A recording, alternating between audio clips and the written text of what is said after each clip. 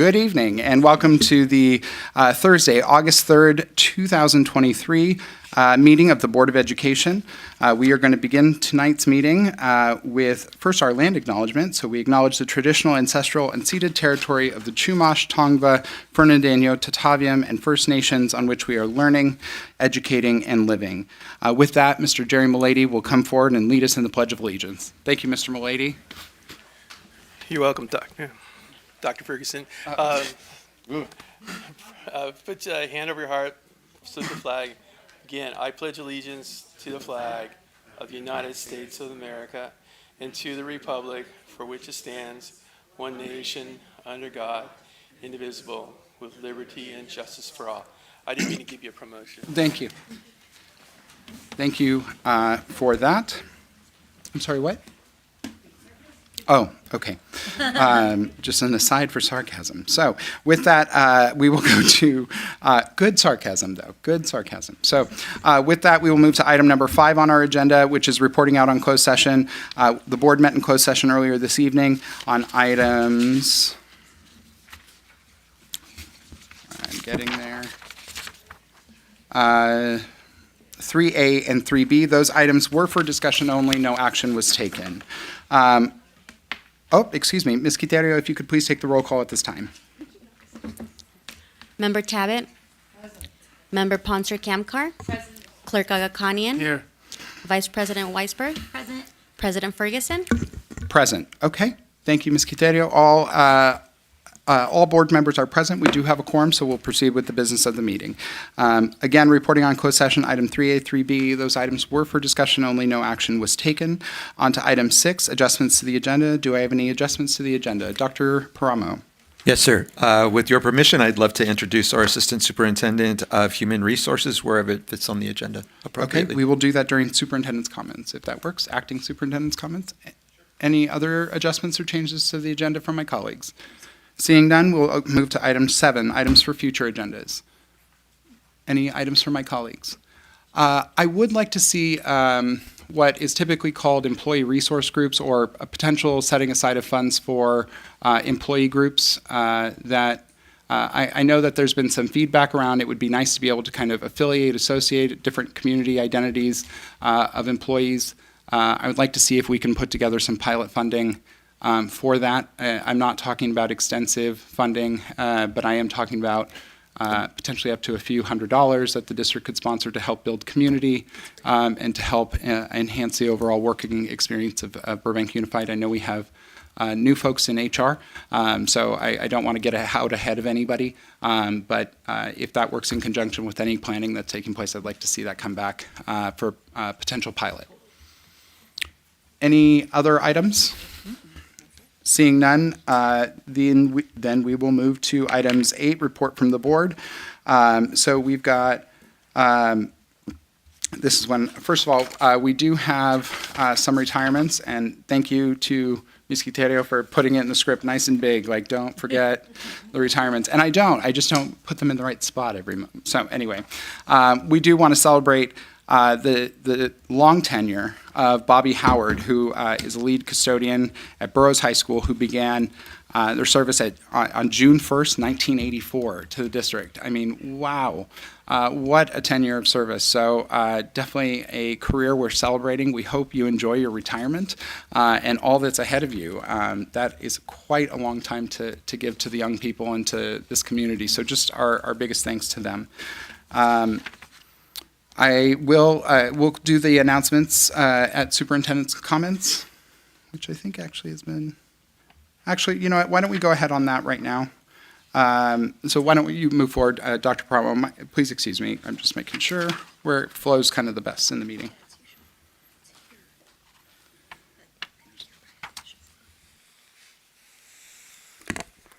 Good evening, Board President Ferguson, Vice President Emily Weisberg, distinguished board members, staff, and members of the audience. The Burbank Unified School District is proud to announce the selection of Dr. Sarah Rychenko as our new Assistant Superintendent of Human Resources. Dr. Sarah Rychenko has more than 30 years of experience as an educator and TK through 12 public education. Dr. Rychenko joins Burbank from the Pasadena Unified School District, where she recently served as the interim Chief Human Resource Officer and Director of Human Resources for the past 5 years. In those roles, Dr. Rodchenko built structures and systems to recruit, prepare, and retain highly qualified employees needed to ensure students receive exceptional educational experiences. She actively seeks the best hires and ensures that they are given resources and training that represents the highest standards in California education. Sarah demonstrates highly effective communication skills and develops positive relationships with all educational partners. Prior to working in human resources, Dr. Rodchenko was a substitute teacher, elementary teacher, and curriculum resource teacher. Most notably, she served over 15 years as an exemplary principal at both the elementary and middle school levels and demonstrated transformational leadership in these positions by developing innovative programs and dramatically increasing student achievement. Sarah brings a tremendous amount of knowledge and experience that are vital to the Human Resources Department. She has a broad range of skills from curriculum and instruction, compliance, and credentialing to all aspects of employee relationships and management. Her positive nature and enthusiasm for her work comes through in all she does. Her reputation as someone who listens to and respects the voices and opinions of others is critical as our new Assistant Superintendent of Human Resources. Dr. Rodchenko earned her bachelor's degree in psychology and her master's degree in education at UCLA. She earned her doctoral degree in educational leadership at Azusa Pacific, and it's my pleasure to introduce her.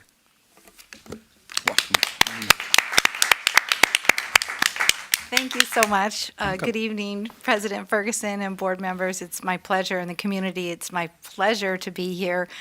I think I'm on day 12, and I've maybe a little more, maybe 14 actually, and it's been just a wonderful experience. The community of Burbank and what I have seen so far are only exceptionally positive, hardworking, dedicated individuals. So I can't wait to kind of get my feet even wetter and just dig deep into the work so that we can have good outcomes ultimately for our students.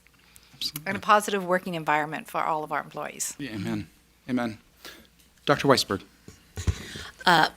It's so exciting to have somebody with so much experience in this role. I can't even imagine what your experience as a teacher and a principal is going to be and how it's going to transform your role. I'm just so excited, and I appreciate just in the time that I've gotten to know you, just a couple of days, how open you've been. I'm really looking forward to meeting everybody. I think it's Monday, but just really excited to see all the phenomenal things I know you're going to bring to this, and I imagine that the whole community is really excited because they know that you understand what it's like to be a teacher and a principal and really the boots on the ground in schools. So welcome, and I know I echo everybody's sentiments that the board is here to support you, and just please let us know how we can do that. Thank you. Excellent. Ms. Ponser-Kamkar. Welcome. We're so excited to have you. I'd echo what Dr. Weisberg says. It's so exciting that you have so much time in schools. HR gets a bad rep a lot of the time because there is a big part of it that's compliance, and you need someone who's very detail-oriented and very kind of willing to understand all of the rules and regulations. And I'm just really excited that you have that in addition to this really great history of coaching and hiring and really being able to see the potential in people to do really great work for our students. And I love that you're focused on not only a great working environment, but also on student outcomes. So welcome. Thank you. Ms. Tabbitt. Microphone. Thank you. Well, coming from Pasadena, we are much smaller, and our budget is much smaller. So there'll be some challenges working there, but from your background, it sounds like we're in good hands. And I look forward to getting to know you better and watching how things evolve. So thank you for coming. Appreciate it. Thank you. So, first of all, welcome. To start right now, in in and of itself is a brave endeavor. So thank you.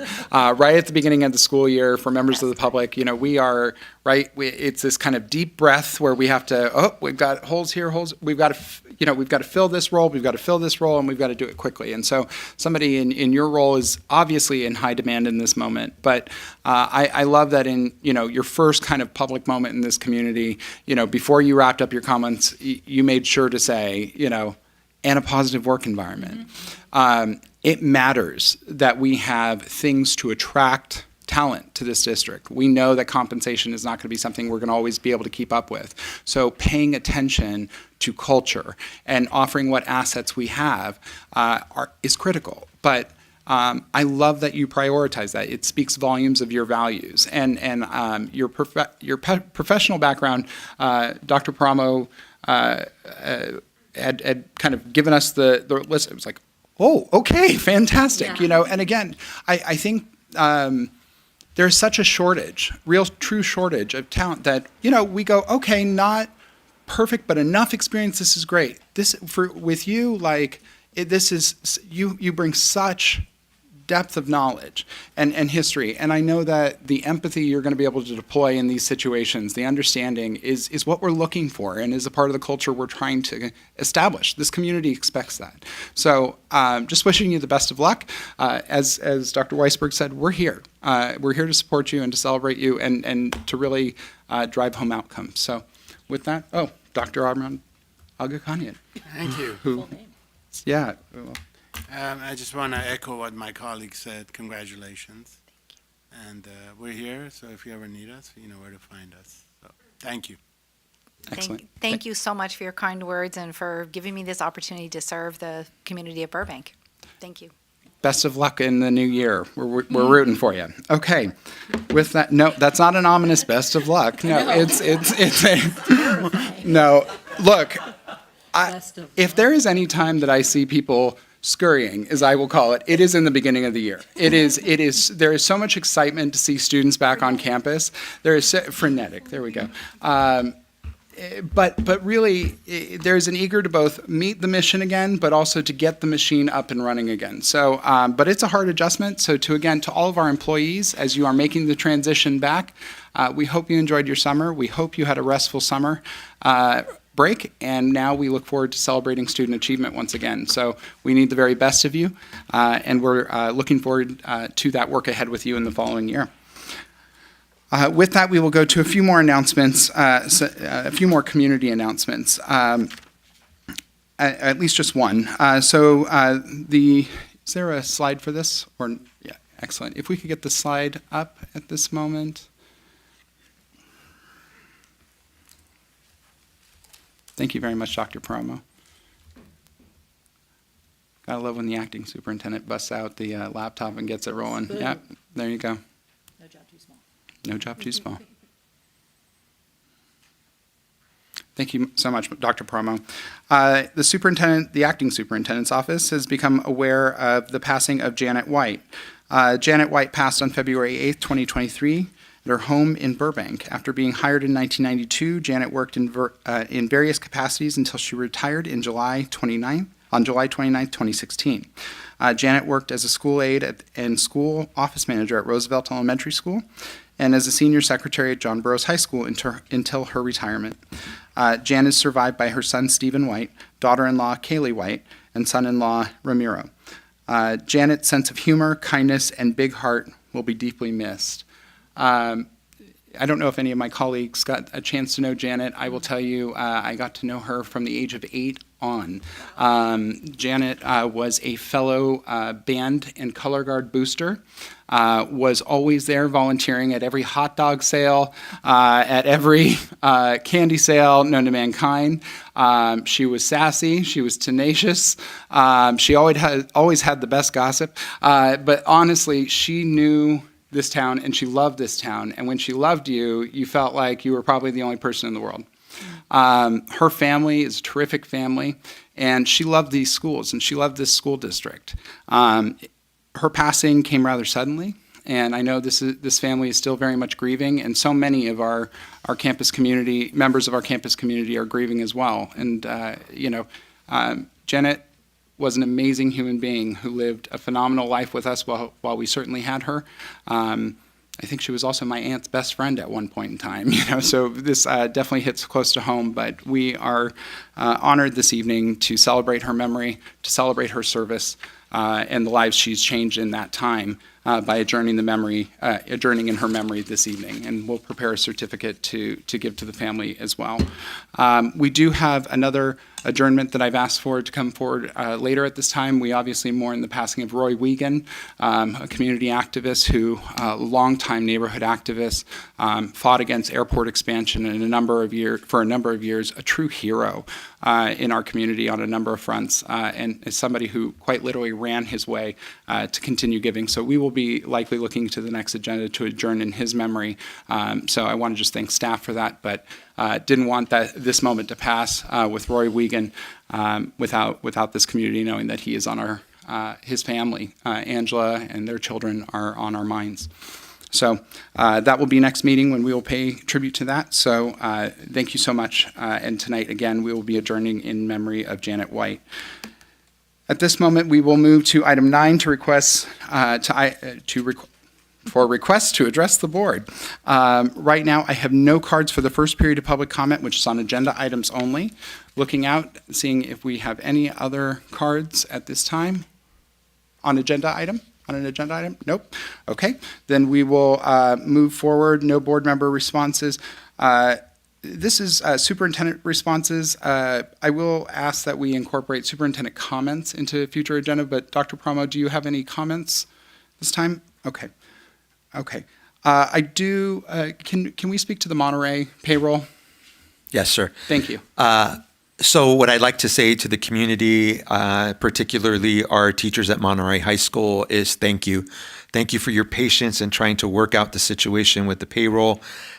When we became aware of it, we tried to mobilize as quickly as possible to find a solution. Your union representation was so cooperative and so kind to work with, and I'm glad that we were able to work with our staff to be able to find a solution. And honestly, that was under the leadership of Mr. Andy Cantwell, who was able to help us to get this resolved. So I'm hoping that this provides a real positive way for you to begin the year, and we'll work out how we move forward with the change in pay scale as we begin this new school year. Well, if you could give a little background on what the issue, so I know we switched from either 11-month to 10-month or 12-month to Sure. 11-month. Thank you. Sure. So Monterey High School used to be a year-round school. And what they did a couple years ago was they moved to our traditional schedule.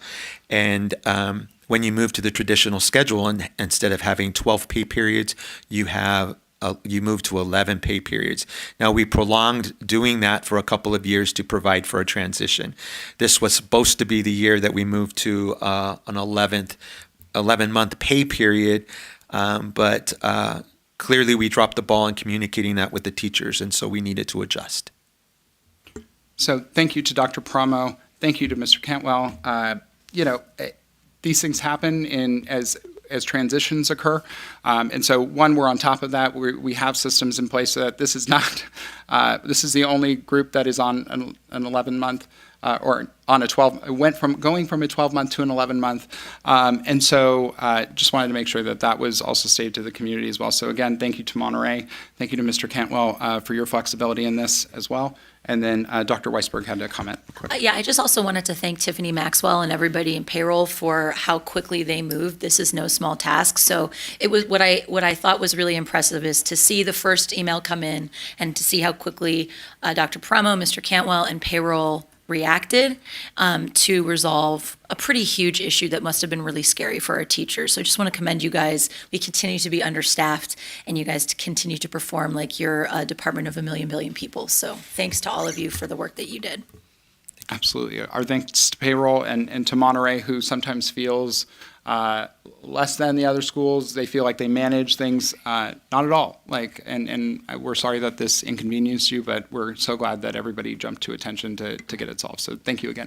Any other comments, Dr. Promo? We love Monterey. We love it. And we love Monterey teachers, and We love the school, and the kids love to be there. In fact, it's very difficult to get them to go back to their home school once they've caught up with their credits. So to all our Monterey teachers, you need to know that. I needed to say it, and I wanted you to hear that. Ditto. And with that, any other comments or great. Thank you very much for on the spot responding to that. I just wanted to make sure we were communicating above and beyond, and so members of the community, if they heard, know that this is not a district that goes, oops, we messed up, so guess what, we're not going to talk about it. Quite the contrary, we've been talking about it quite a lot. And these are not coming as a result of ill intention. These are coming because we are under-resourced. There is a lot of different balls in the air that we've got to make sure are landing at all times. So just thank you again to all of our staff who are making it happen every single year and every single day. And to Mr. Cantwell in particular, thank you. On reports to the board, we'll go to item 10A, the Burbank High School security fencing update. I am very excited about this.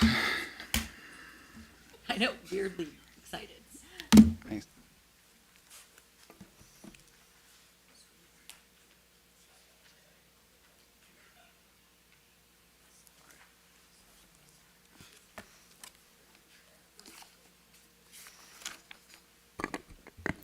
President Ferguson, board members, colleagues, members of the community, I'm very excited this evening to share with you one important element of a much broader plan that began with the tragic and traumatic event on March 6th when an intruder came into the Burbank High campus. Immediately upon that event, this board gave very clear directive to administration to develop a 100-day plan, strategic plan to improve the safety of all of our campuses. And so in response to that directive from this board, former Superintendent Matt Hill, myself, Dennis Maxwell walked a number of our campuses, but obviously began with Burbank High. We identified a number of vulnerability points on the campus where we felt it was appropriate to limit access to the campus. And so we were able to bring to you a plan to build 3 additional fences, with the primary focus being to have a central entry point onto the campus where we're able to better track students and other visitors onto the campus. We also have the ability now to restrict access to the campus when the members of the community are using the track, when it's open for joint use purposes. And so we also are very grateful for the city of Burbank, who has been a great partner, who approved the use of joint use funds for half of this project. And so the total cost of this improvement to the campus was approximately $50,000, of which we only actually had to pay for half. The other half came from those joint use funds.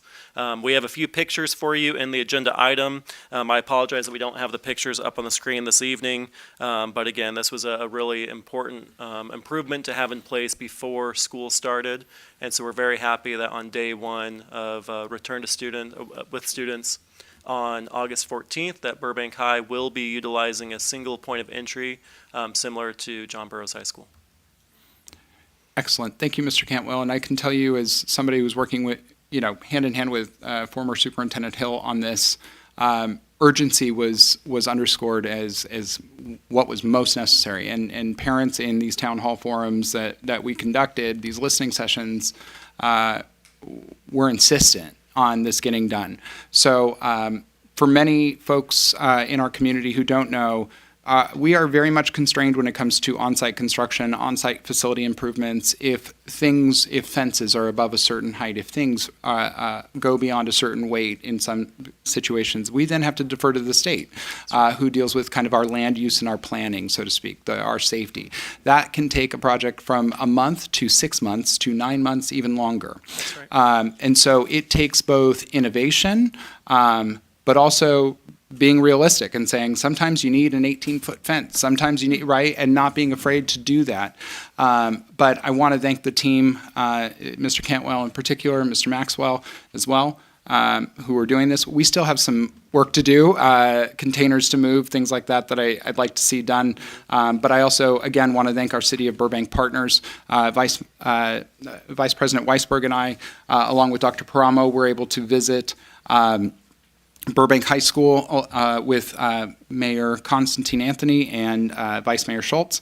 We were able to do a site walk with Fire Marshal, as we have a number of entrances and exits to that campus that are absolutely there for safety's sake, and that's important, but also are points of entry that we just don't have the staff to cover in every moment. And we've got to be realistic in stating that. No matter how many cameras you have, that doesn't stop somebody. That just tells us what happened after the effect. So we've had enough what's happened there.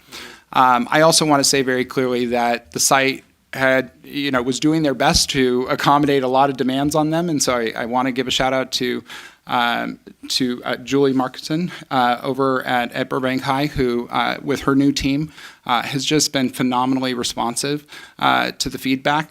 And in moments where she said, is there any way we could do? And I was like, no.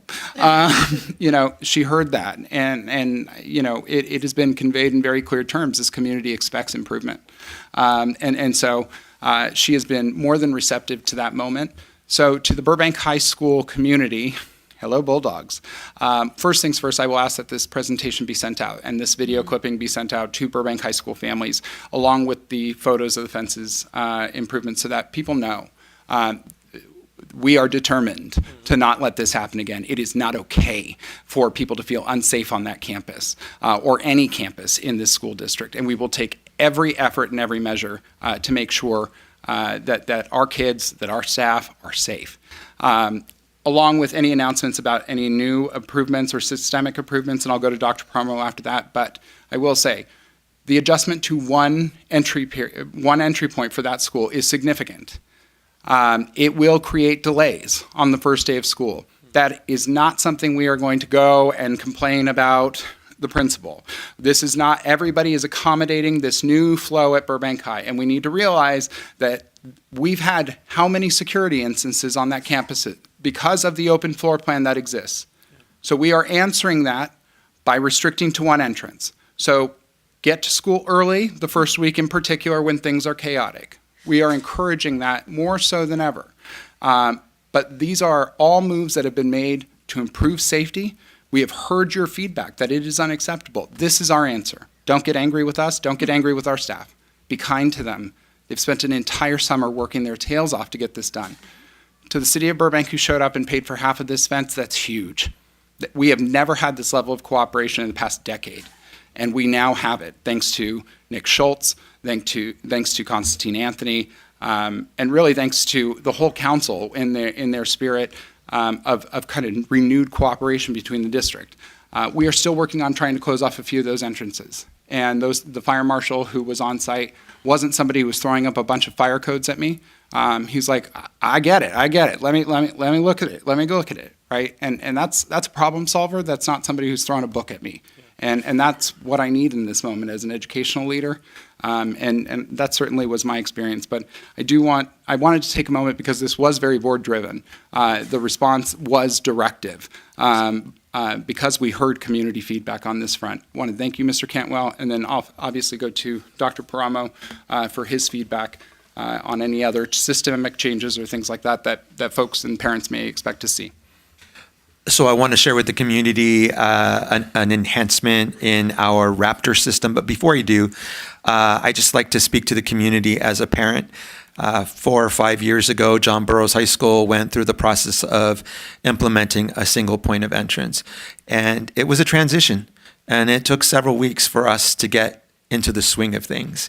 And where I normally might have dropped my son Ethan off on Parrish, I was now having to drop him off on Clark and probably 3 blocks down. So it was an adjustment, and it was a conversation with my son and getting him to understand that the expectation is you're going to have to walk 3 blocks to get to the front entrance because that's the best we're going to do.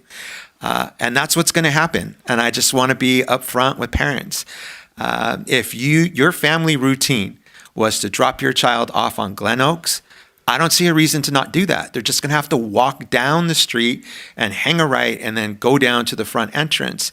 And you're just going to have to accommodate that with your time. Of course, we're going to have grace the first few weeks. We understand that, but we want to see your children making the initiative to get to school on time, leave a little bit earlier so that we can get them through. We have had a Raptor system at our school sites for a while now. What we've done is we have paid for an enhancement, and the enhancement has a lot of features on it that provide additional protections. So we just got the contract approved in July. So we're actually moving really quickly, although the public might not think so. But we will have a system in place at our high schools on the first day of school. And they will be given a lanyard and they will be given an ID card for free. If you lose it or misplace it, you'll have to purchase a new one, but you get the initial ones for free. And when you walk into the front gate, there will be stations, and you will quickly scan your ID, and it will log you in. All of us at the district office and instructional services has tried this out. They set up the unit for us. We got fake IDs that have the code on it, and we tried it. I wanted to try it as I ran by because some kids are going to run by because they're late for class. And it is very responsive system. I can run by with the ID card sticking out and the scanner would pick it up. So I am expecting it to go well. If we work out the bugs in the first 5 weeks, 6 weeks of school, then we'll start to move that into the middle schools, and that will be our next spot. And you got a demo ID, not a fake ID. So anyway, yeah. Let's speak. Thank you. So what I'm hearing, they're being given lanyards. Does that mean they're required to wear their ID cards while on campus?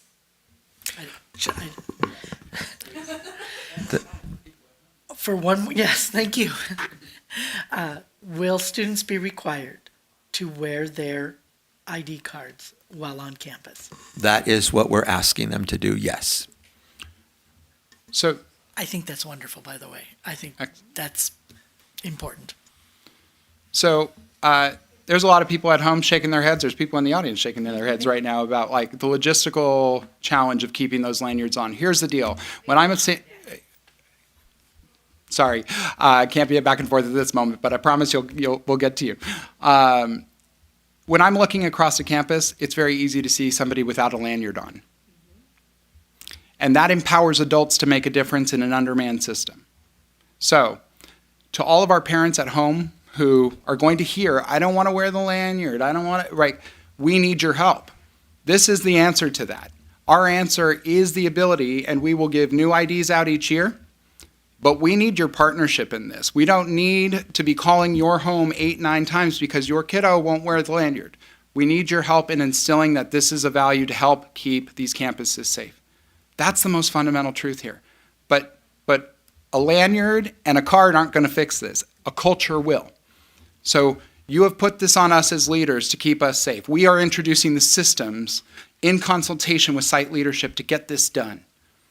We need your help now to make this a family value and a value at home. If kids lose a card, we will be forgiving. If they don't, if they lose their card, guess what? They're going to have to go through another step. They're going to have to check in. But guess what? We're verifying that kid belongs on campus.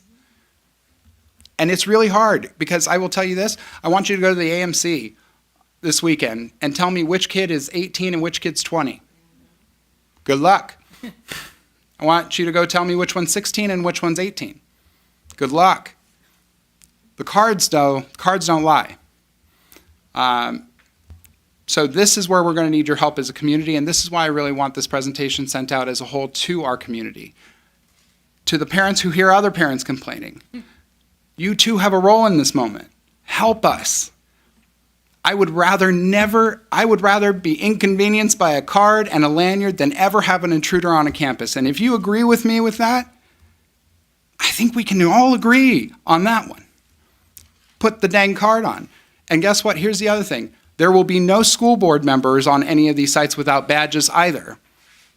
And the same needs to be upheld for our staff. This is a culture-wide situation. Mr. Cantwell's showing his badge right now. Amen. Okay.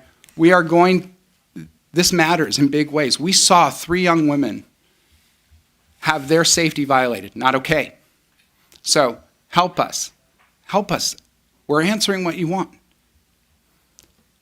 thank you to everybody who made these changes happen. We are not done. There is, as Robert Frost says, miles to go before we sleep.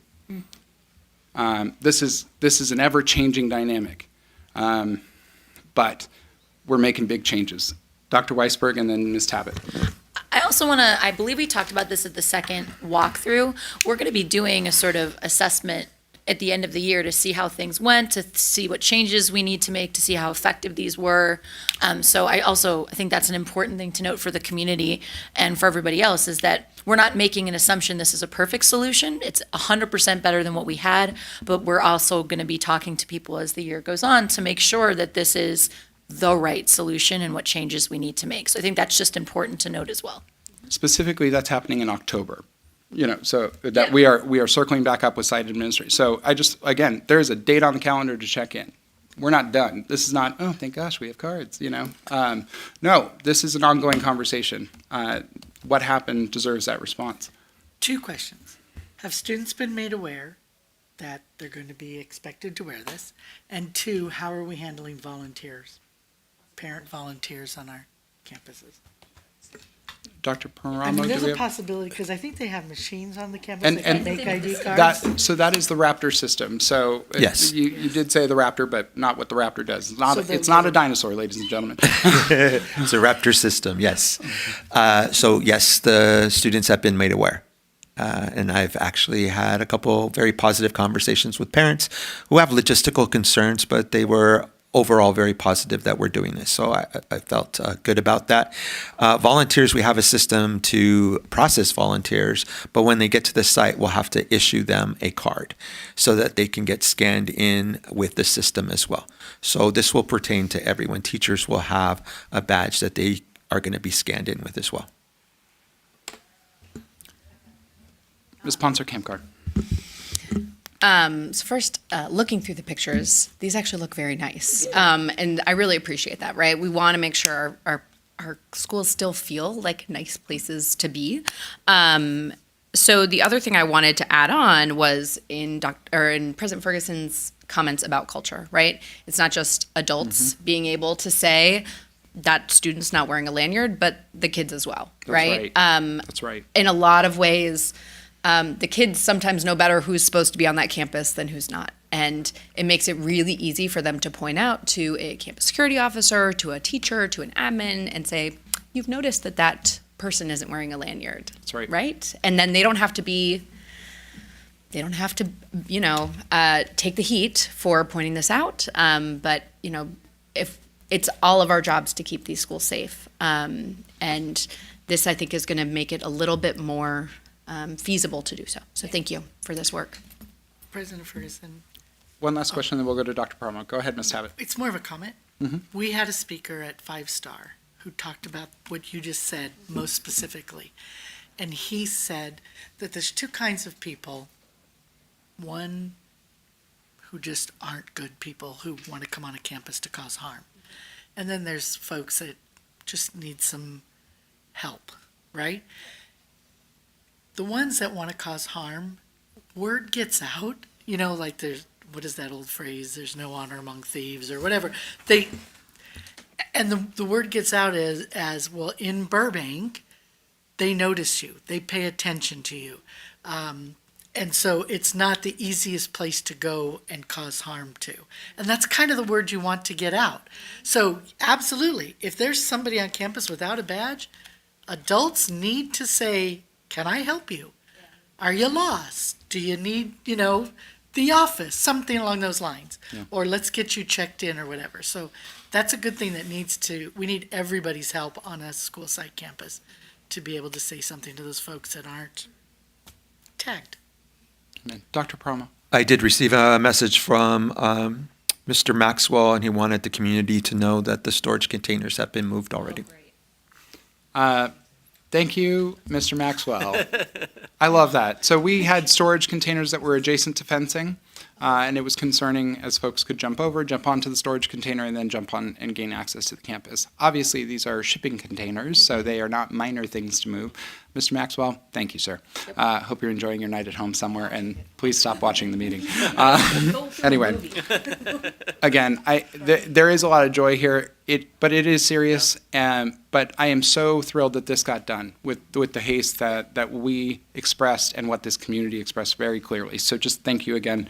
Any further questions on this item? Seeing none, we'll move forward. Thank you very much, Mr. Cantwell.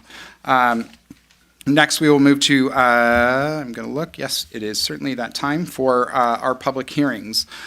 So we have public hearings on item 11A, 11B, and 11C. So I will gavel in and close each of these, so forgive the drama. But this is required by state law that we kind of conduct it in this way. So we will move to item 11A, which is the public disclosure of the additional 2022-2023 wage and elementary physical education agreement between the Burbank Unified School District and the Burbank Teachers Association, BTA, in accordance with AB 1200, Chapter 1213, Statutes 1991, AB 2756, and that is Chapter 52, Statutes 2004, GC 3547.5. The Board of Education will now hold a public hearing in compliance with the provisions of AB 1200 and GC and Government Code 3547.5 to allow for the public to allow the public an opportunity to comment regarding the additional 2022-2023 wage and elementary physical education agreement between the Burbank Unified School District and the Burbank Teachers Association as presented. Is this as amended, actually? No. That's not the amended. Would anyone like to address the board on this matter? Seeing none, we will close out the hearing on item 11A. We will move to the hearing on item 11B.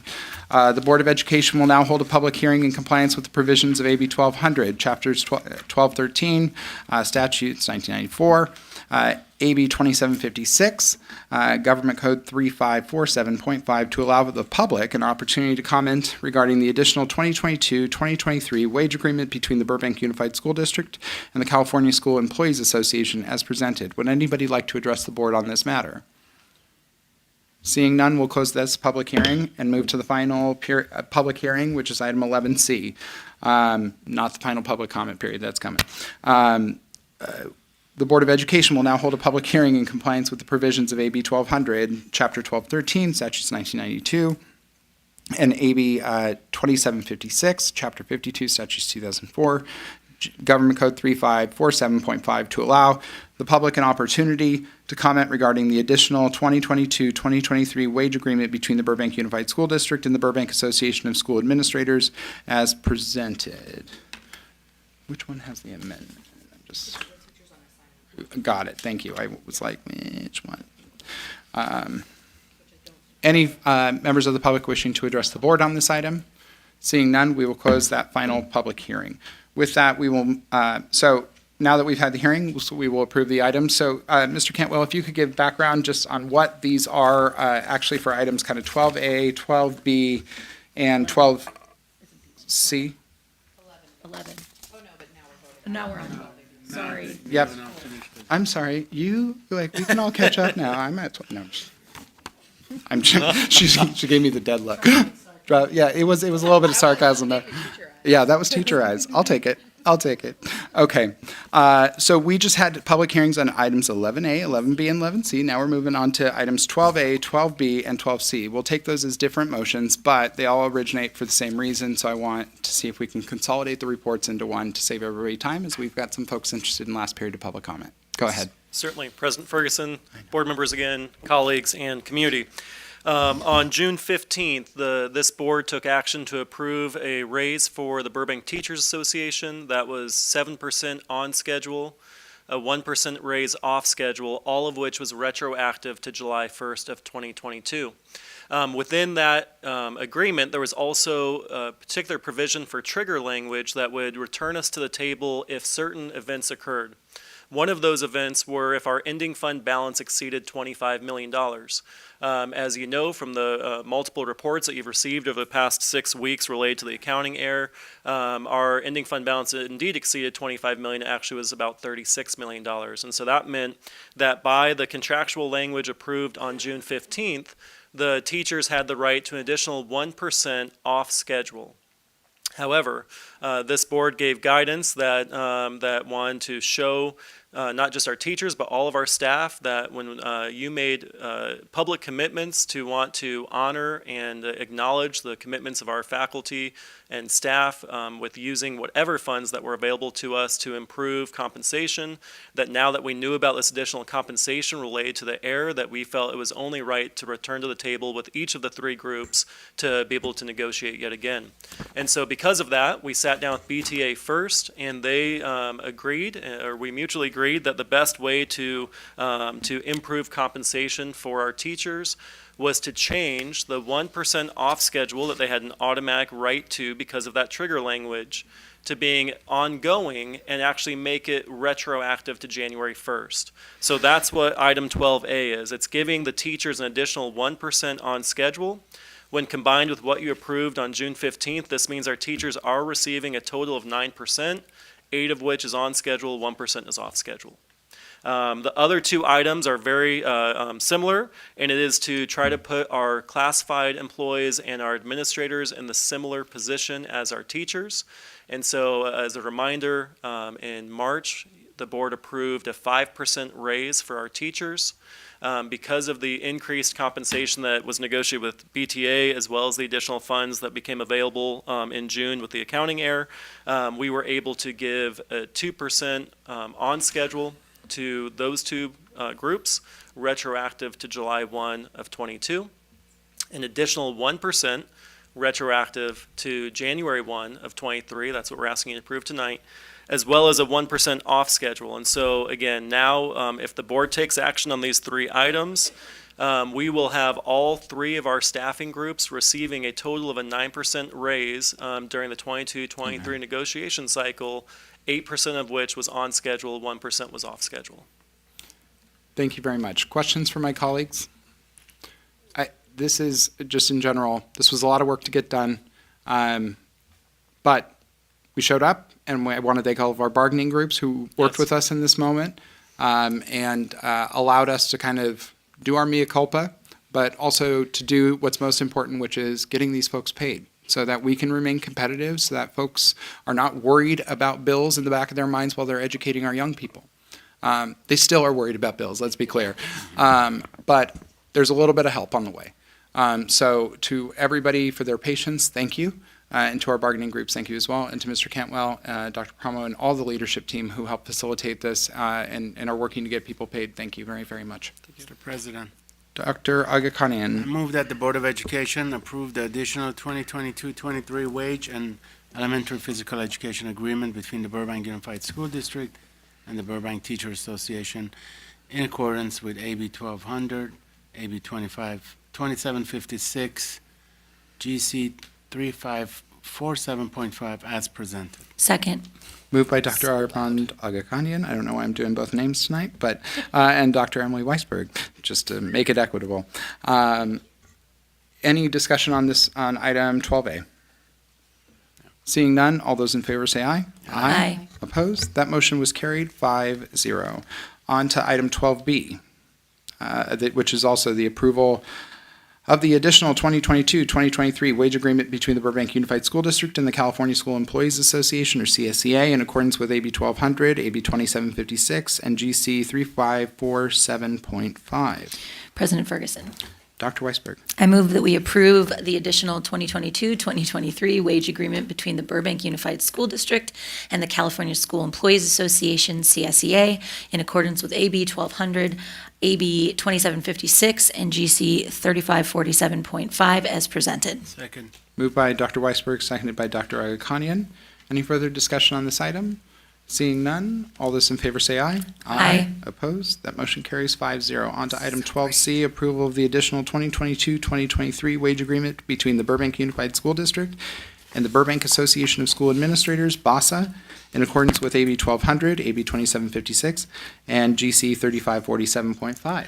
Mr. President, Ms. Tabbitt. I move that the Board of Education approve the additional 2022-2023 wage agreement between the Burbank Unified School District and the Burbank Association of School Administrators, BASA, in accordance with AB 1200, Chapter 1213, Statutes 1994, AB 2756, Chapter 52, Statutes 2004, GC 3547.5, as presented. Second. Moved by Ms. Tabbitt, seconded by Dr. Agakanian. Any further discussion on this item? Seeing none, all those in favor say aye. Aye. Opposed? Motion carries 5-0. On to item 12D, approval of the school attendance review. Yes, this is a big moment. Thank you, everybody, for, again. On to item 12D, approval of the School Attendance Review Board, SARB, committee members for the 2023-2024 school year. Dr. Promo, if you could give intro on this? Yes, sir. So SARB, every year at the beginning of the year, we introduce publicly the members of our SARB committee. We list them by name and what their function is on the panel. This panel is brought together when we have students who have had significant loss of instructional time because of absences. And the whole idea is that we provide the right people in the room to address what the issues are to help the family to get the child to school and to be productive and healthy at school. And we have advocates on that board. Dr. Jerry Hansen has been an advocate on this board for many years, and he's a great asset to the team.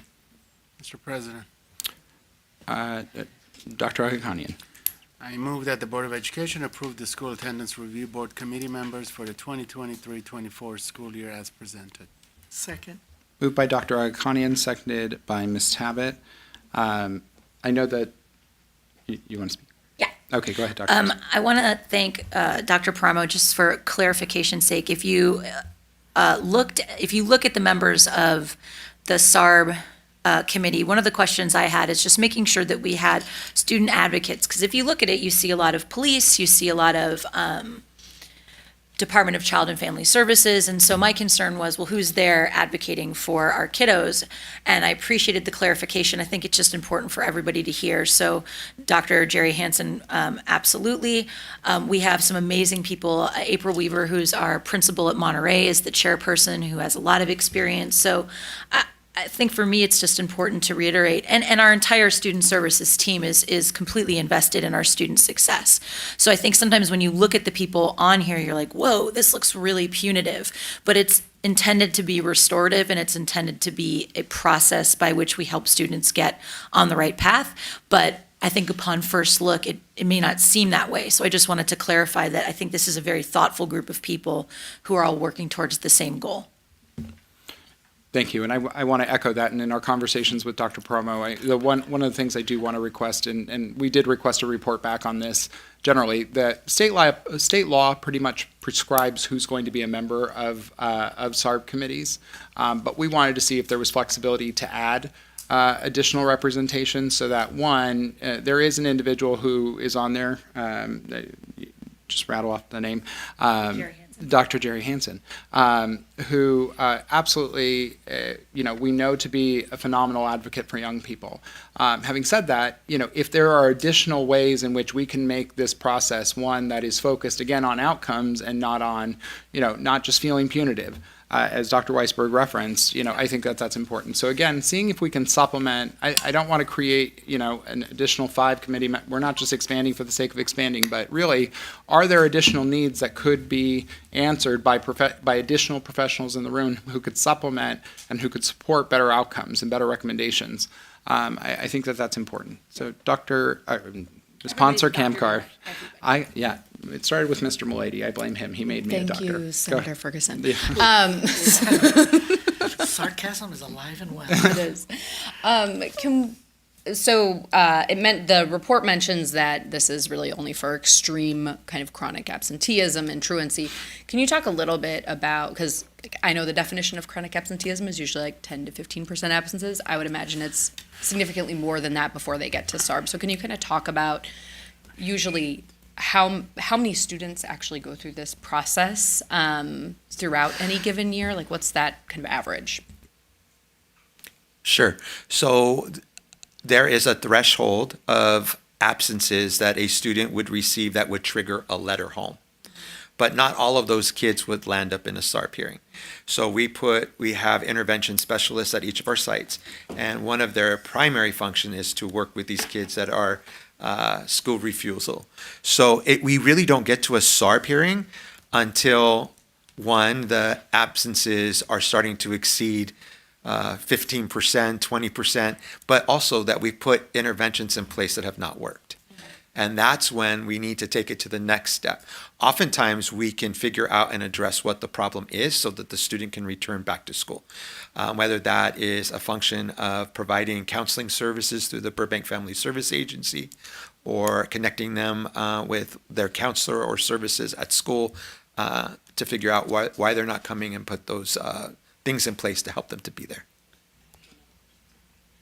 And so did we see those numbers go up in terms of students who made it to a SARB hearing for the last 2 years? I mean, I will admit that I got a letter home because my daughter missed so much school because of sickness. And so I imagine that COVID impacted that. Did we see an uptick, or was that considered, we're doing interventions for these students that we know why they've been out? Definitely an uptick, and you can see it in our chronic absenteeism rate, which has gone up significantly over the last couple of years, but it's in proportion with every other school district.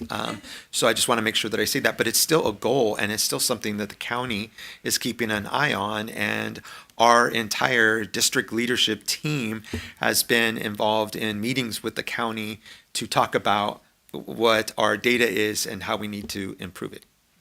Yeah, absolutely. You can't learn if you're not in school. That's so correct. I'm not saying attendance is very important. I was just kind of curious how that had been impacted. So thank you. Yep. Any further questions on this?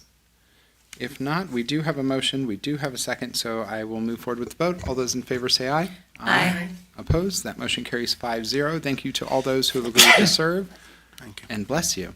And that was the appropriate way to sneeze, by the way, hand over shoulder. Anyway, as we head into cold and flu season, everybody.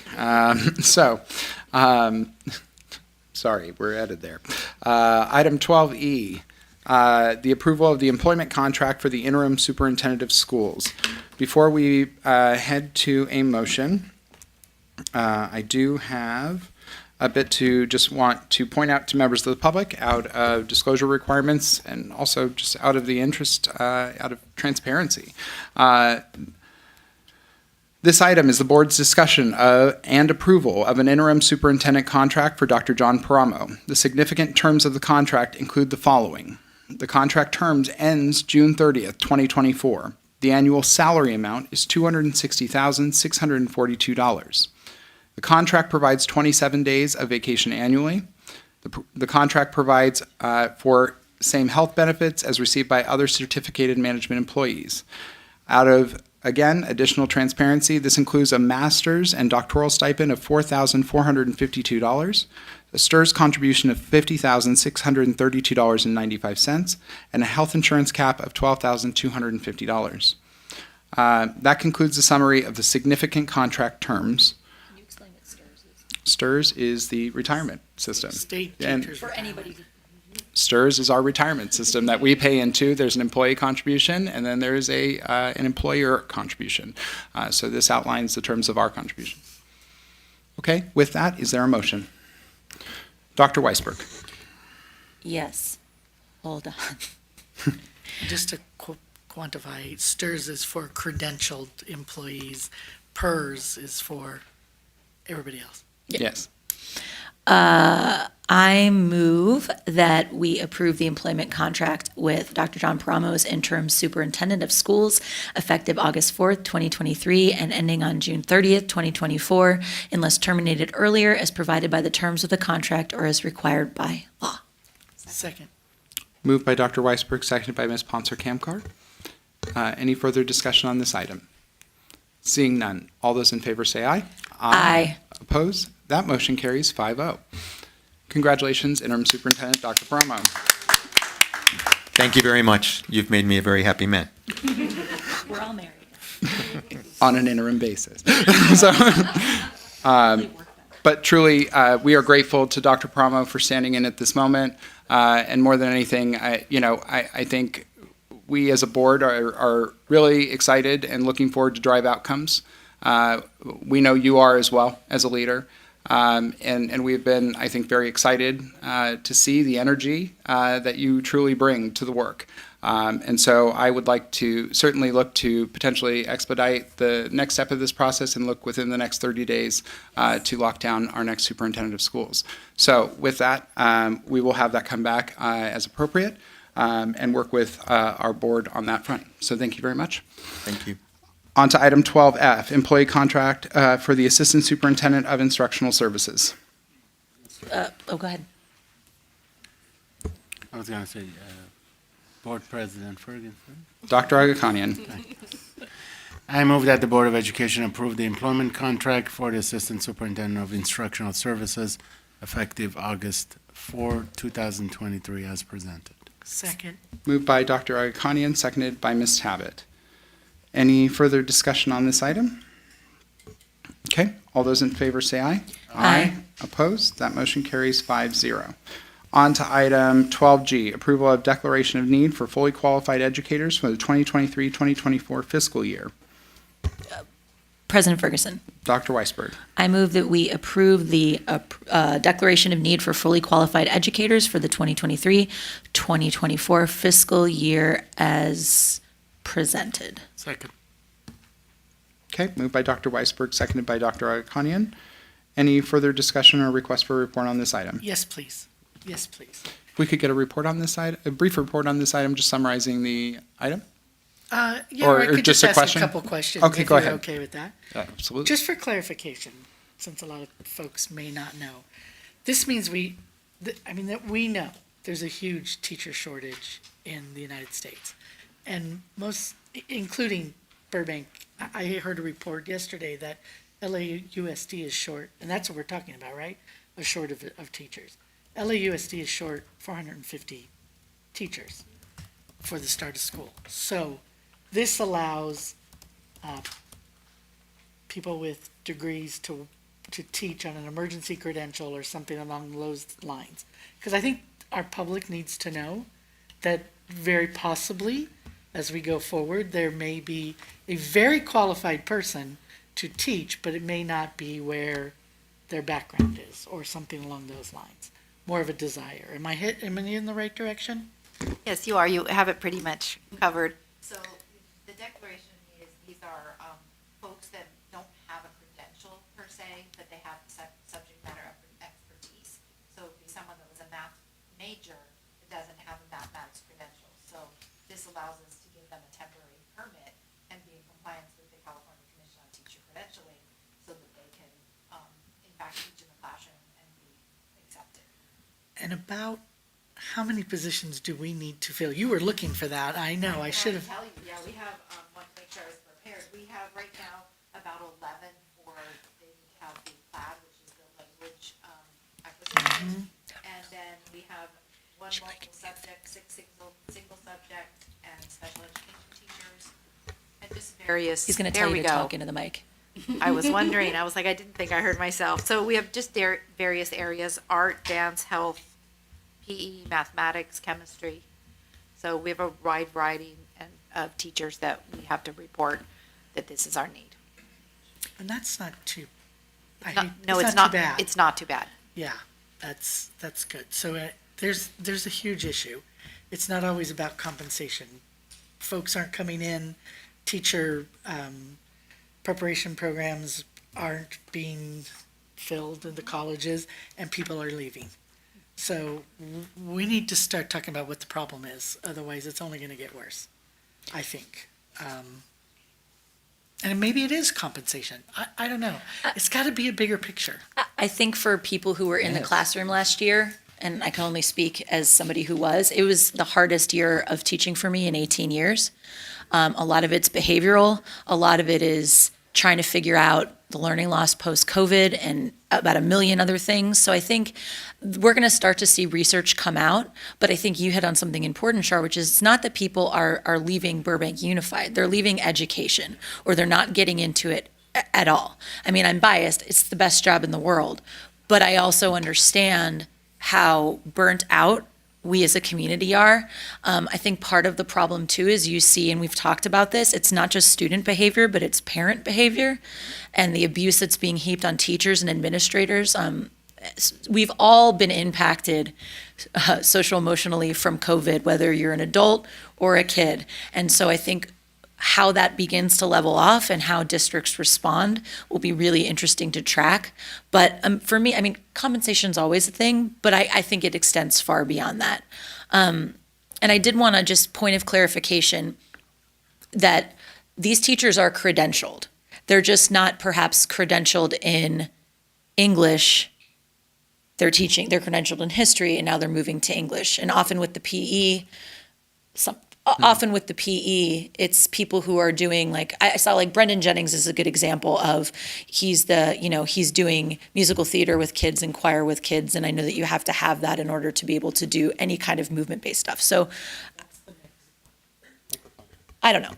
So This one is to put in place, like she said, if I have a degree in mathematics, but I don't have a teaching credential, that means I could get a temporary teaching credential to teach math.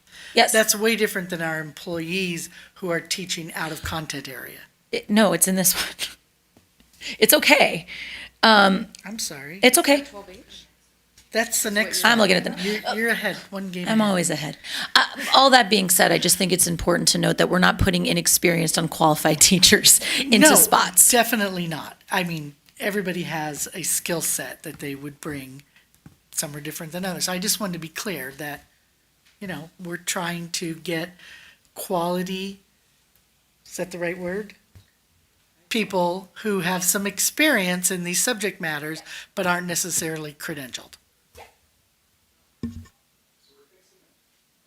So we're fixing a paperwork issue for the most part, but these are all experienced educators that we are entrusting our young people with. That is what we'd like to end with. That's Thank because you. that is it. Yeah. We are not putting our kids in a bad situation at all. These are qualified people. That's correct. So this is not a lack of qualification making it qualified. This is paperwork. This is how and the state wouldn't allow this, frankly, if again, this wasn't pretty commonplace. And this is an annual occurrence at this point. So thank you again for everybody weighing in on that and for clarifying that. Gotta love teachers on the board. They will help inform every moment, which is great. And just Absolutely.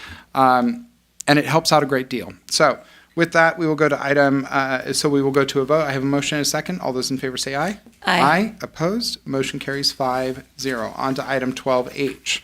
Approval of the teacher assignments for the 2023-2024 year as amended. Wait, 12.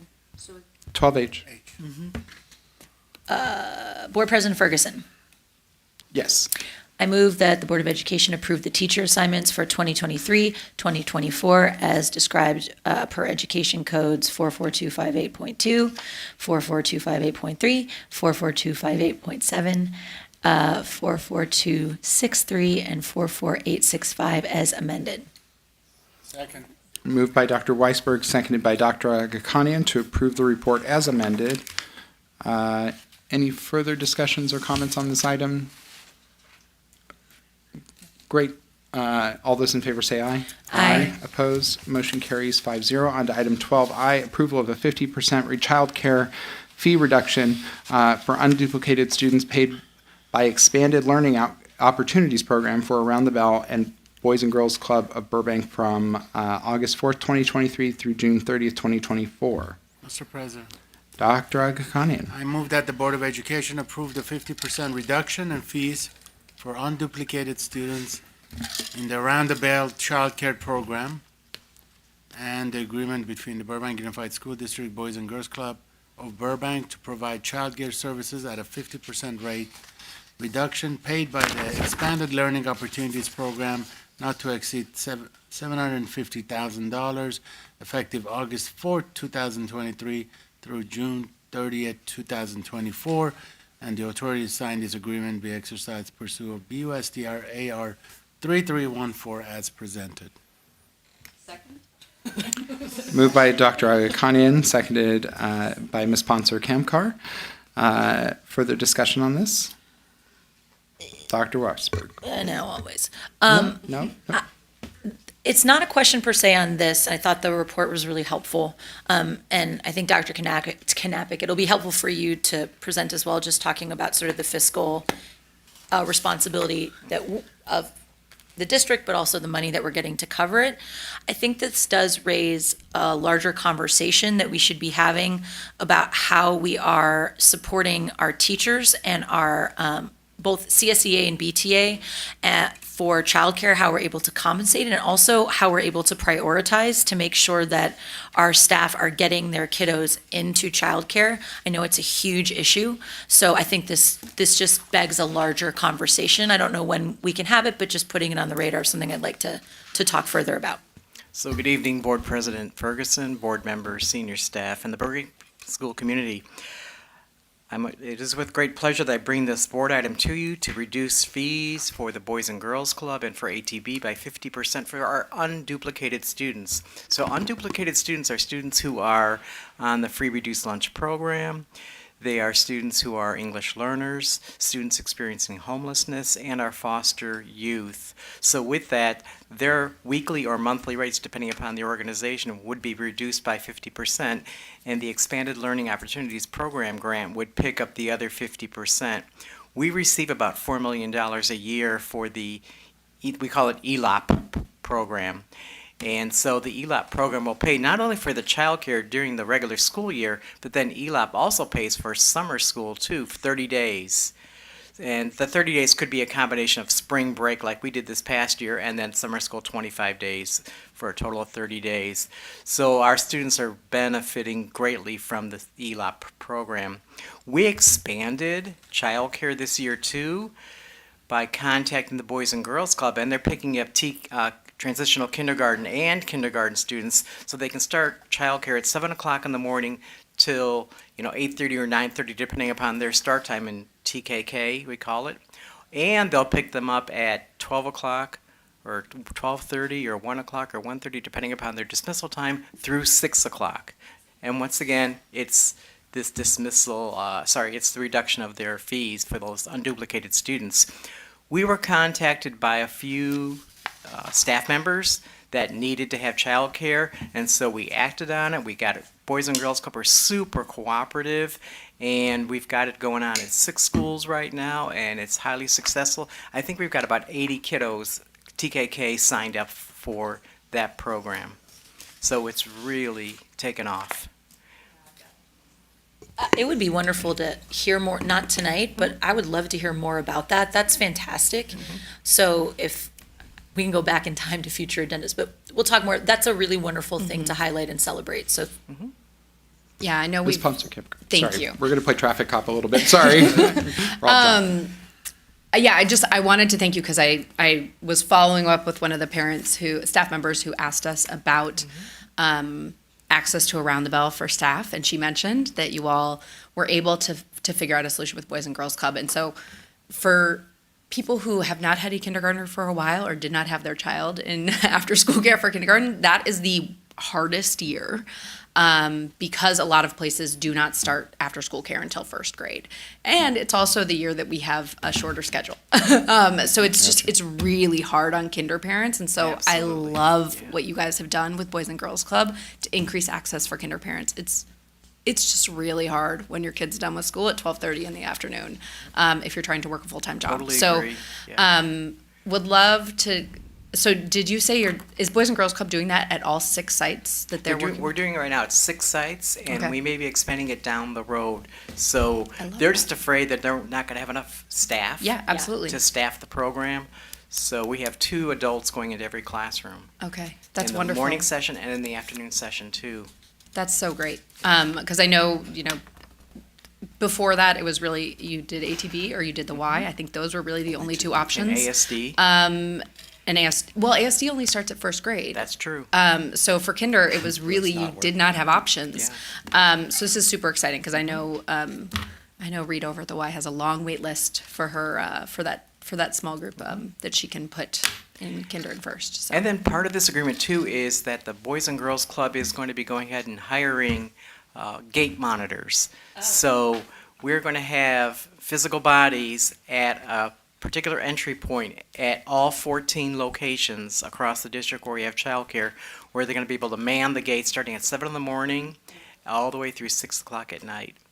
So we'll have a gate monitor there too that they'll let parents pick up their children through that gate monitor system. So it's not just the key punch system. We'll have a physical body there too. Thank you for that. Dr. Agakanian. Thank you, President Ferguson. I'm very also excited about this because, recent studies show there's a big challenge when it comes to, daycare. Not only shortage of it, but also, affordability of it. I'm very proud we're doing this. It's become a very big issue, especially for 2023 now, facing a lot of parents and working families. Now, just for clarification, not every district does this, right? That's true. Not every district does do this. Many districts do get ELOP funding, so like LA Unified does too. So our model is somewhat similar to their model too. And 7 in the morning till 6 at night. Yeah. We're pretty unique, right? It's not a That is true. requirement, right? It's not a requirement whatsoever. Thank you. Thank you. I certainly first want to thank our partners at the Boys and Girls Club for this work. Huge. And I think, obviously, we've had the conversation about safety. We had this earlier tonight, but that gate monitor is a bigger deal. It's amazing the small things that help. Just having a human being, an adult, standing by a gate is dramatic in terms of, also interfering with parent altercations that occur outside these gates. It truly helps all things. I have found in my experience, and I would like to kind of, they're already helping in this regard. They're already supporting us in this way, and I think that that's important. What we've identified in our walkthroughs at the secondary level, different, is that there's always a human system and a technology system. And when those two are kind of together, they tend to be less foolproof than, or a little bit more solid than when one stands alone, right? You can have an adult that has to use the restroom, takes off for 5 minutes, and that's when it happens, right? But if they can't scan in at that moment, or they can't, it's when they scan and then get verified by a human, that is when you tend to have the most comprehensive supports and safety in place. So I would like to get to a place where there is a technology component that can't be fooled, and a human being who can verify what the technology is telling us. That doesn't have to be overnight, and I don't want to be greedy. Having said that, with kids' safety, I am going to be greedy. Thank you to our partners at the Boys and Girls Club. I think this is the standard we need to get to at a minimum level, and thank you for taking that and helping us get there. But let's figure out the technology that matches this. So that way, any campus access, again, we're piloting this on a lot of fronts with the Raptor system to see if this is going to work. This is a pilot. Should this be successful, I would like to see this deployed quickly. Thank you for that. Thank you for the feedback on that. We do have a motion and a second. Are there additional questions on this item? If not, all those in favor say aye. Aye. Opposed? That motion carries 5-0. Thank you, Dr. Knappich. On to item 12J, approval to increase of the 2022-2023 budget amount for child care careers and the education team agreement. Mr. President, Dr. I Agakanian. move that the Board of Education approve the increase in funding for child care careers, right? Mm-hmm. Sorry. Little plot Long twist day, there. CCC, yeah. To provide pay for pending invoices for the child care centers not to exceed $20,000, for total not to exceed $420,000, effective August 4, 2023, as presented. Second. Moved by Dr. Armand Agakanian. I did that again. Seconded by Dr. Weisberg. Emily White. I think it was because of the Man of the Year nomination. We had to say it a few, anyway. Moved by Dr. Agakanian, seconded by Dr. Weisberg. Any further discussion on this item? Seeing none, all those in favor say aye. Aye. Opposed? That motion carries 5-0. On to the consent calendar, which is items 13A through 13T. As presented, we don't have amendments on the desk at this time. President Ferguson.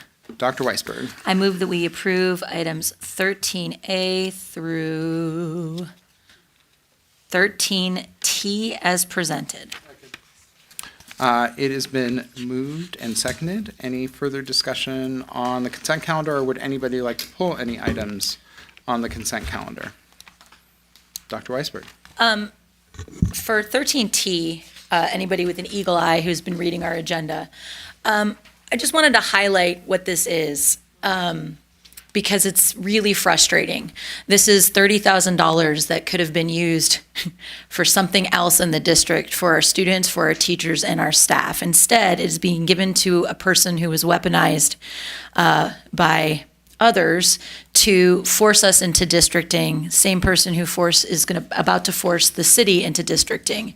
It is really unfortunate that we're seeing over and over again people try to politicize our district and the teaching and learning that we're trying to do with our kiddos by doing things like this. So not only do we as a board, I think, feel like this districting is disenfranchising voters and costing us time and energy, it's also costing us money.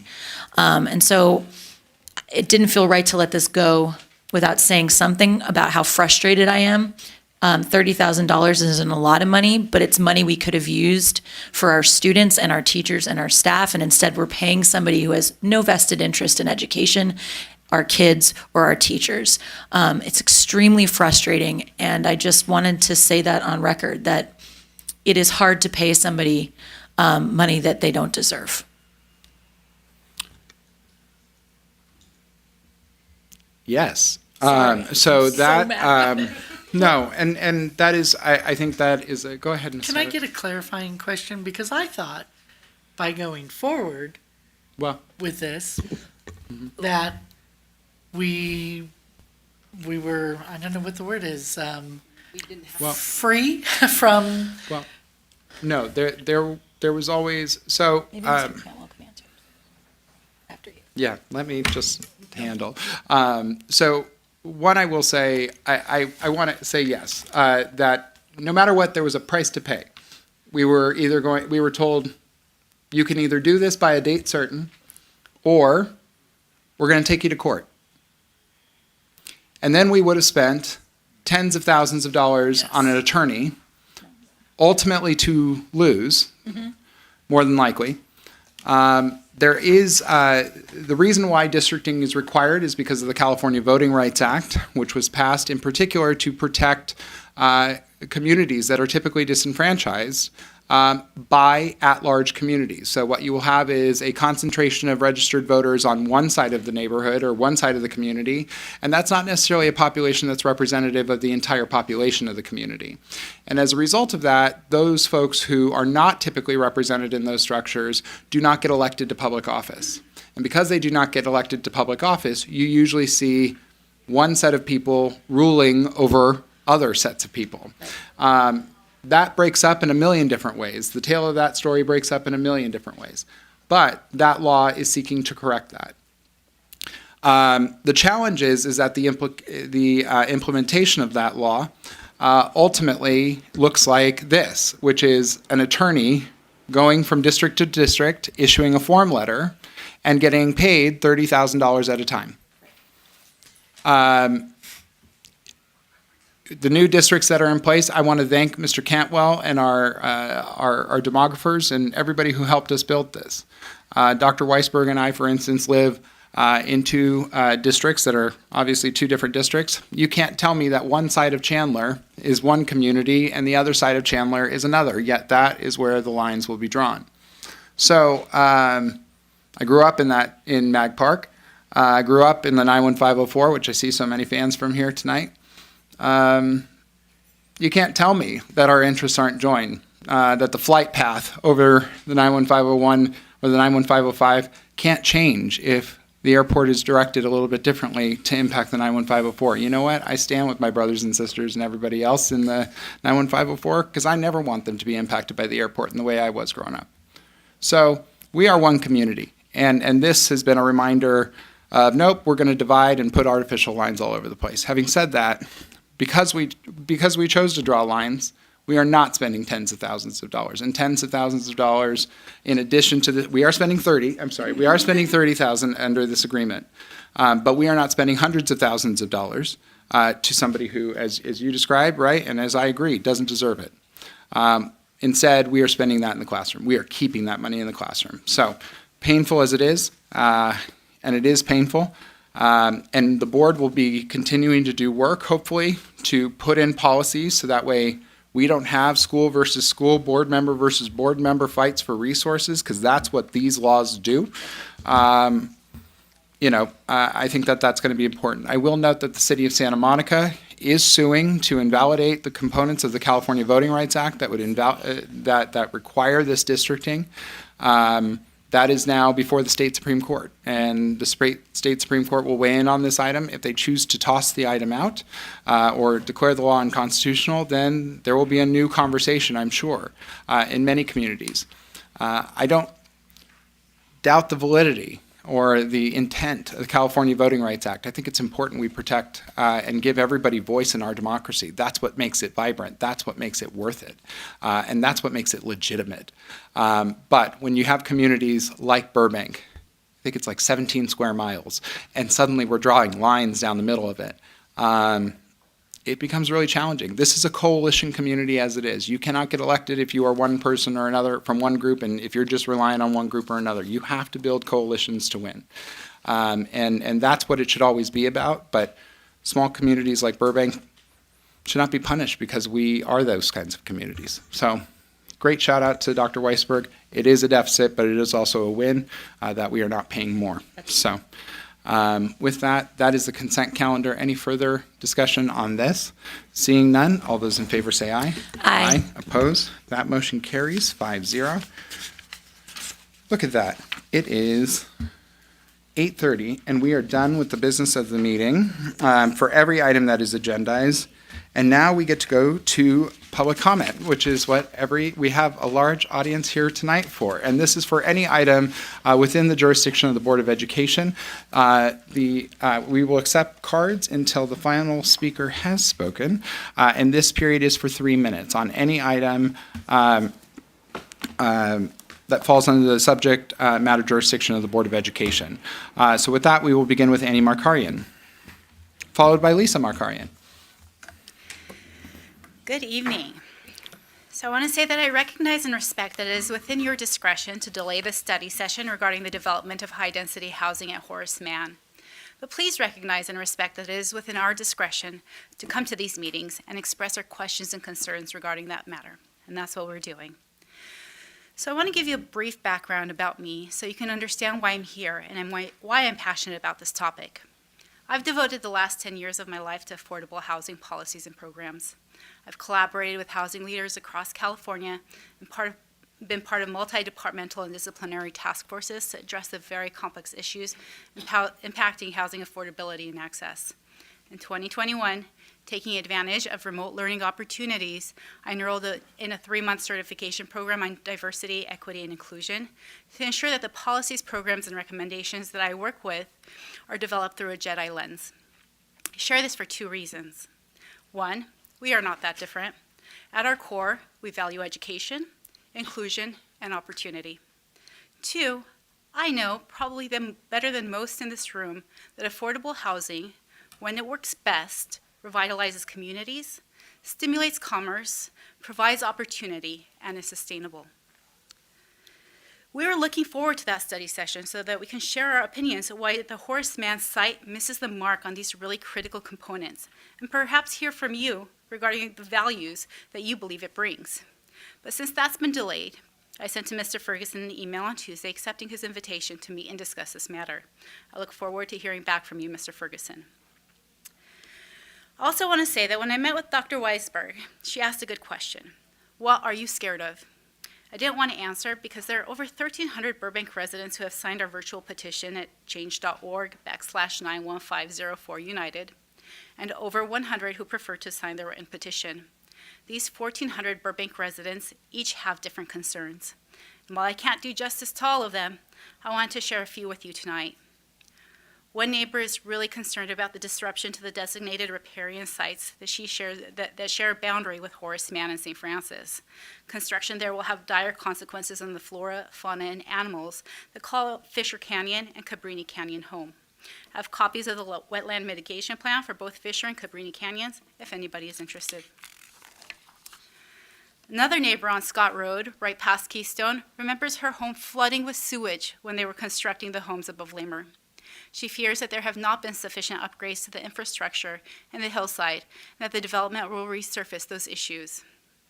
Yet another neighbor shared that he's a survivor of an active shooter attack, and because of that, he's enrolled his kids in St. Francis, because the neighborhood, as he says it, flies under the radar. But that will change if you add 30 units per acre of land. And if that happens, he will move his kids out of that school. I thought we had 5 minutes. 3 minutes of any agenda item, or any item not on the agenda. Lisa Markarian is next, followed by Lynn Weather-Wax. Lisa Markarian, welcome.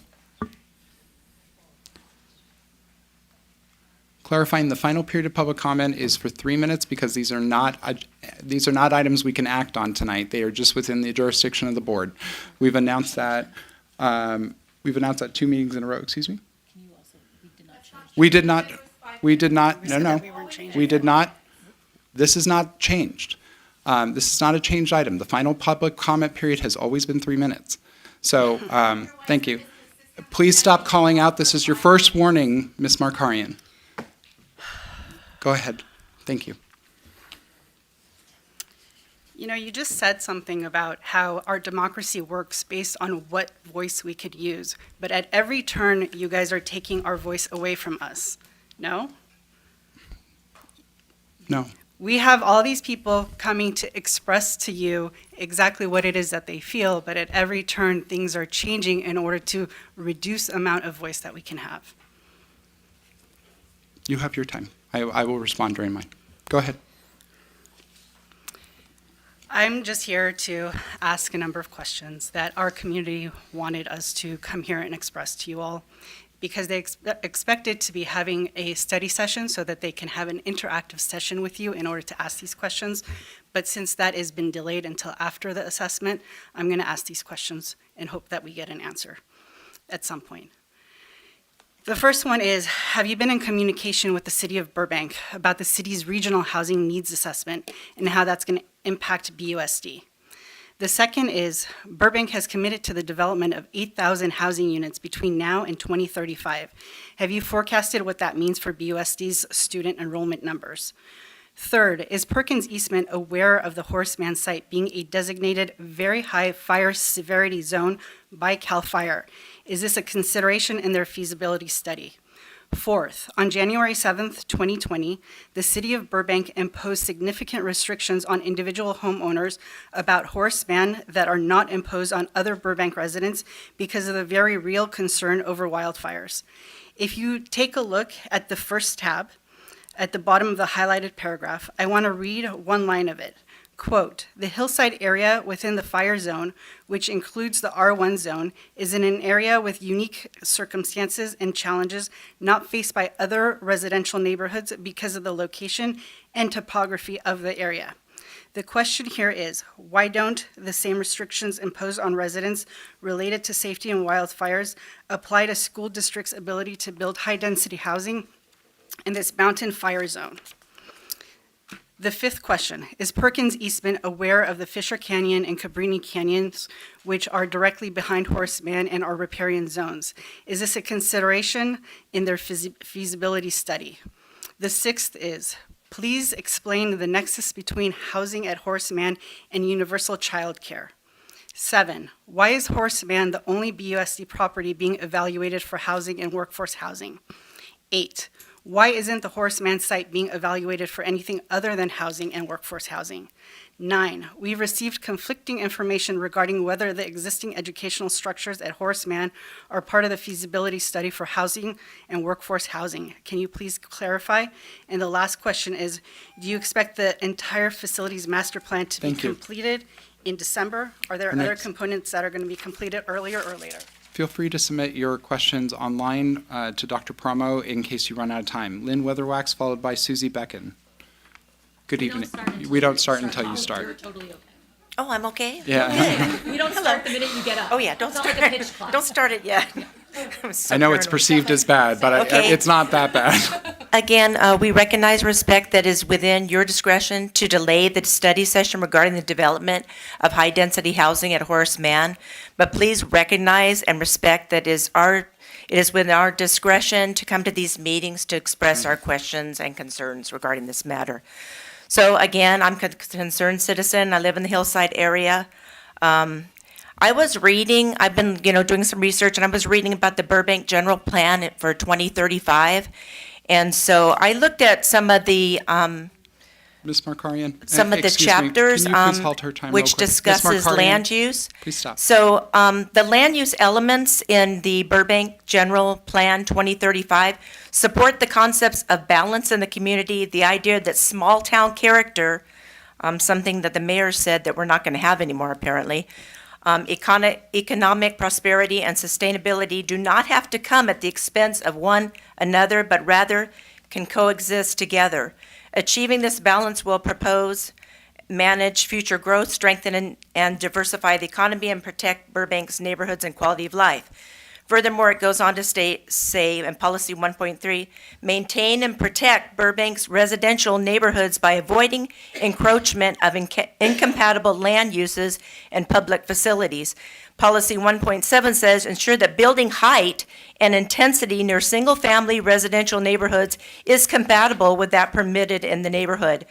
Policy 2.8 further states that support the development of urban agriculture and community gardens in public and private spaces. That'd be a great idea for the back of that Horace Mann area. Policy 3.3, maintain a healthy balance between Burbank's urban settings, that's why we moved here, and its suburban settings, sorry, not urban. Not urban. Roots by avoiding urban scale residential densities and intensities in inappropriate locations and recognizing advantages of denser development at appropriate locations. Then it goes on, there's so many pages of this 2023 plan for Burbank's general plan, but it also encourages citizen interest and participation in open space management and development. Talks about the conservation policies, involve community groups in the identification, acquisition, and management of natural resources, areas, recreation. And then it goes on to say, again, prohibit development that jeopardizes or diminishes the integrity of sensitive or protected plant and animal communities. And I know this because we have a lot of animals coming down. Right now, I have a raccoon mother that's actually living in the down in my space of my underspace of my house, and I can't kick her out. And actually, when I call Burbank Animal Shelter, they can't do anything either, other than me hiring somebody and spending a lot of money to get them out. So just know that that's a problem. Thank you. Our next speaker is Susie Becken, followed by Mel Kelman. Mr. Kelman, go ahead. Max? Thank you. Go ahead. Go ahead. You're up next. Yes. Go ahead. Don't push the buzzer yet. I don't have touch the it. button. I don't have the budget. Okay. I'm on it. There you go. Good evening. I'm Susie Becken. I'm here tonight to unite with my neighbors and protect the Burbank hillside from high-density housing development at the Horace Mann school site. I also recognize and respect that it's within your discretion to delay the study session regarding the development of high-density housing at Horace Mann. But please, recognize and respect that it's within our discretion to come to these meetings to express our questions and concerns regarding this matter. I am asking you to connect with us, listen to us, and partner with us. Please listen with interest and true commitment to understand when others are speaking, rather than thinking about your response while we are speaking. I have lived in my great neighborhood here in Burbank on Buena Vista Street for 48 years. My children attended the Burbank Public Schools.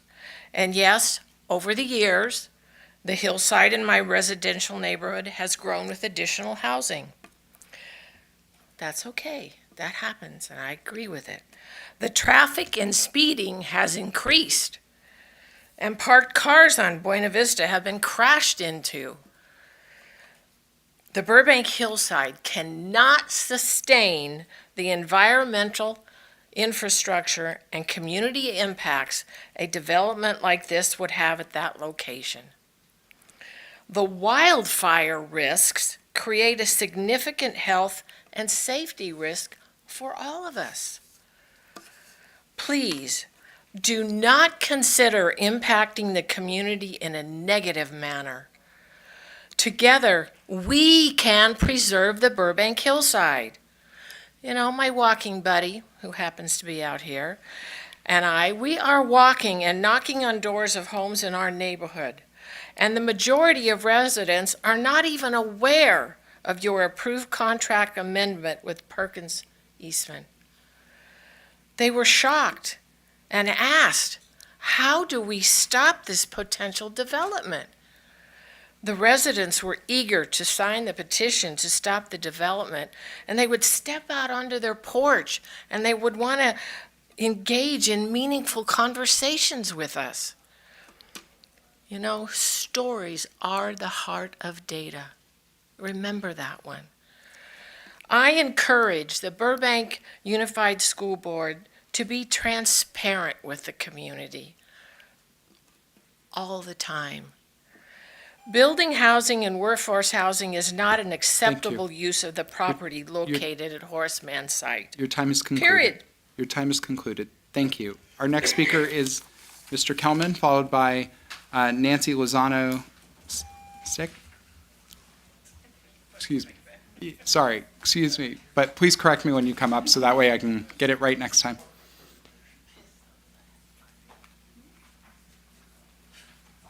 Okay. Mel Kelman, Mel Kelman, excuse me. that's all right. Go right ahead, Mr. Kelman. John Burroughs Indian and proud of it. Don't look at me that way. We had Indians in our class and they were proud Indians too. So I'm not here for that. The school board is a business. Yes, it's kids, but the 5 people sitting there should be responsible for the work side, meaning the money side of the business. You are a disaster. You've let $10 million go, and and you gave us this weak side, oh, I'm sorry, we missed it. No, you 5 should be watching the financials. I know you're a domestic lady, you don't know probably business. Somebody in government, I'm not sure what you do. You people are safe because you know you got a job. We who used to run businesses, the first responsibility from the top, you 5, is financial. How could you let $10 million disappear for 2 years? Is there an answer? No, because you didn't do your job. And we need to have people who will do the job. I've placed in front of the 5 of you a piece of paper, and I think the 5 of you should sign a resignation tonight, and let's get people in here who will be responsible for what the city of Burbank, the kids of Burbank, and the people of Burbank really deserve, which is people that care about the business, not being smart and happy and worried about whether a fence gets up or not. It's a business. Business is run on economics. You have millions of dollars, which you have not taken care of. It's real simple. You deserve to go, all 5 of you. Think about it. What have you done to rectify this problem? You had a superintendent you didn't take care of. 10 of 19 principals have left the district. I didn't hear anybody getting involved in that. Everything that's been done has been done quietly, and you're a rubber stamp to the folks sitting here. That is not your job. Your job is to ask questions. I spent 14 years on the Civil Service Board. I asked questions.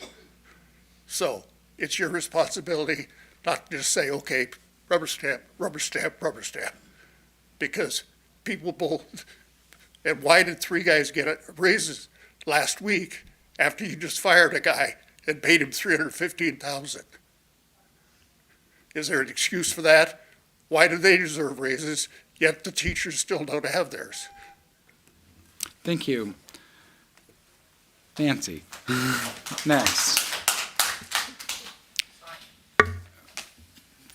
Wow. After you. Hello.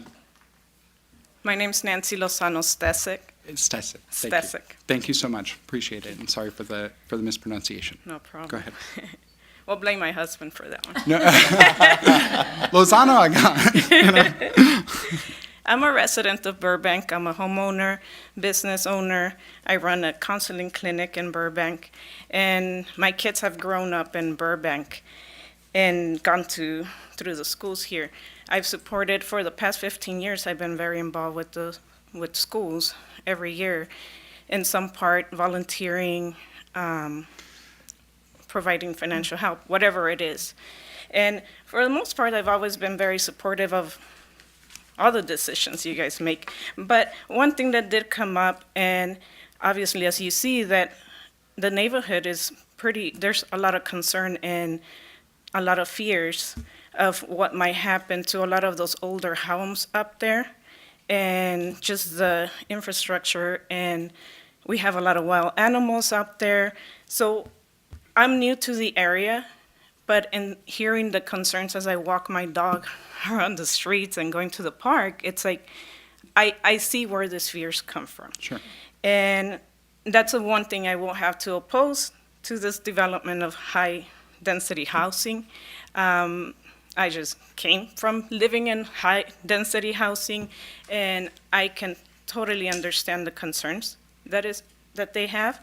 And to make it quick, reasons: safety, fires, the focus on education. It's the concern that why are we investing money on housing development when, I mean, I've witnessed the decline in even programs in education, and that's why I volunteer my time with the schools while I work my part-time job, and the impact in the natural habitat. So those are all some of the concerns, but there's a lot of concerns and fears and questions, and hopefully at some point those can be addressed. And I thank you guys for time for listening to us and the patience. Thank you. Thank you.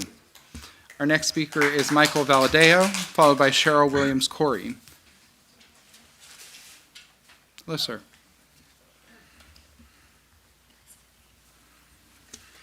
Good evening, members of the board. I'm here to address the Horace Mann development, high-density development. First off, I endorse the comments that have been made previously about this development. Secondly, the point that I want to focus on is the fact that this development is located, and I'm going to use the language that's used in the code, a very high fire hazard severity zone, which if you look at the CAL FIRE map, which you can find online, lists as Scott Road up. Horace Mann is within that zone, okay? Basically, the stated policy of the state of California is that in these types of zones, low density is encouraged due to health, safety, and fire concerns. This development is inconsistent with that stated policy. Now, the second thing you need to be aware of is that the code section that you're relying on, okay, if you look at the back of it, I'll just read it. My eyes are terrible. Okay. The legislature finds and declares that Section 1, and then it talks about the code section, as a matter of statewide concern. okay? And that's basically empowering the board to consider this development. But then I'm going to direct you to another code section that talks about high severity fire zones, okay? And that's Government Code Section 51175. And I'm going to read to you the legislative findings and declarations. The prevention of wildfires is not a municipal affair, as that is used with the code section, but is instead a matter of statewide concern. Okay? There's another code section consistent with this that basically says where code sections conflict, this section basically it trumps it. Okay? So you have a situation where if you look at, you have two code sections with statewide concerns, but one code section that deals with severe high fire zones, okay, trumps it. And what this board needs to consider is the safety factor of authorizing a high-density development in an area that's also designated a high fire zone. And as a matter of public policy in this state, low density is encouraged in those types of zones. Last, I will provide you with a little bit of irony. Mm-hmm. The city of Los Angeles City Council is currently considering a provision that would prevent development in mountainsides to protect wildlife. What we're talking about here is more than wildlife. You've heard it discussed. But what you need to consider is when you have a stated policy of low density in these types of zones, you need to protect residents. Understood. Thank you. Thank you very much. Our next speaker is Cheryl Williams-Corey, followed by Jerry Milady.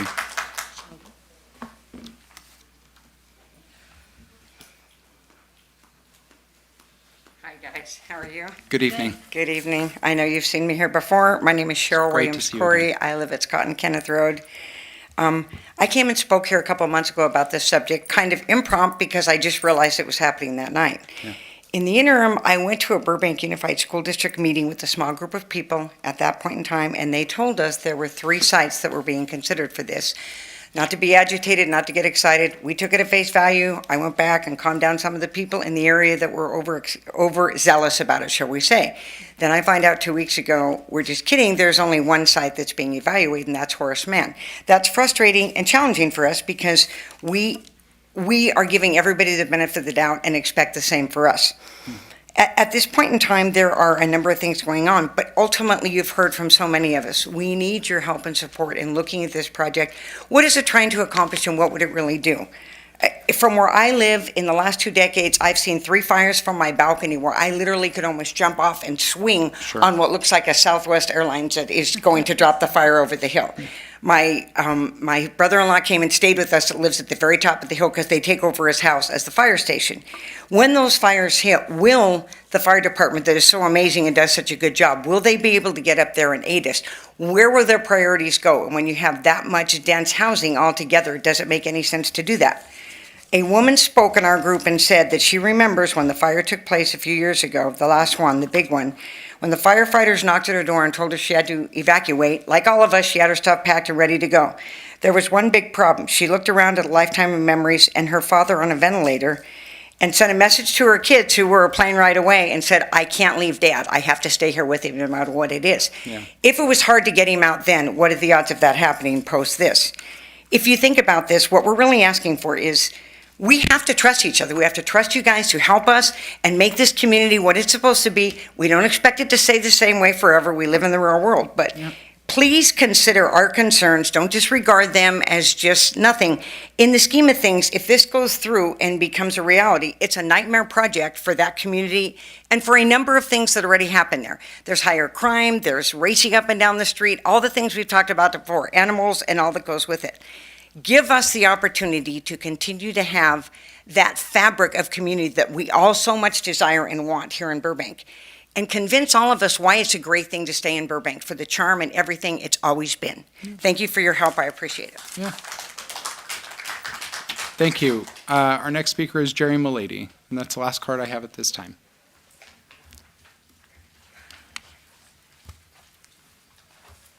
I'm not going to speak about Horace Mann. Sorry.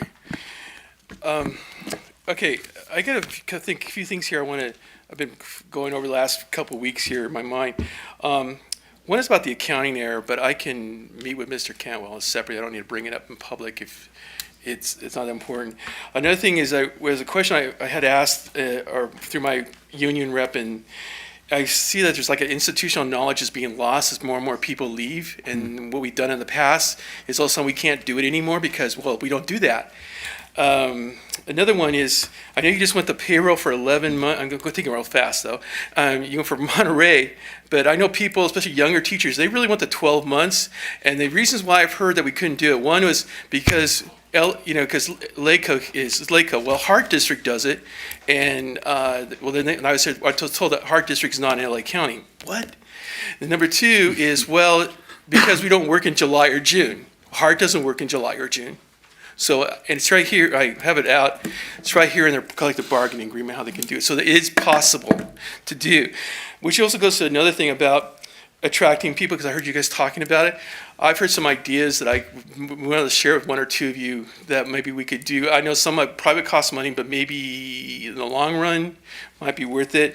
And one of those is maybe have a way of working with people with student loans and how to pay them off. Or there's a lot of things. NEA has a person who's an expert on this, and that there's so much stuff that, I go into 3 of his sessions and still there's too much to eat up. I want to thank you for the safety thing. That's been a really big concern at our school because of the opening every 50 minutes, open gates. And I'm glad they're coming on board. I'm glad you're getting the students IDs. I think I'm excited about it. And we got cameras too, so it's like exciting. The last thing as school starts, and as a history teacher, I can admit it, I want to make sure that you have our backs, because when we start talking about history, especially California standards, talk about things that people come up, what are you talking about gay history for? Well, that is a law in the state of California. And I just pulled that out of a hat. I mean, there's a lot of other things. I could talk about the Tulsa Massacre, things like that, and we're not Florida. So, but I want to make sure, because I remember a couple years ago, all these people were here complaining, and I want to make sure if I say something in class that is under the laws of California, that you guys have my back. And I think my other fellow social studies teachers believe the same thing. Thank you for your time. Thank you. Thank you, everybody, for participating this evening. Dr. Paramo, staff responses. Yes, sir.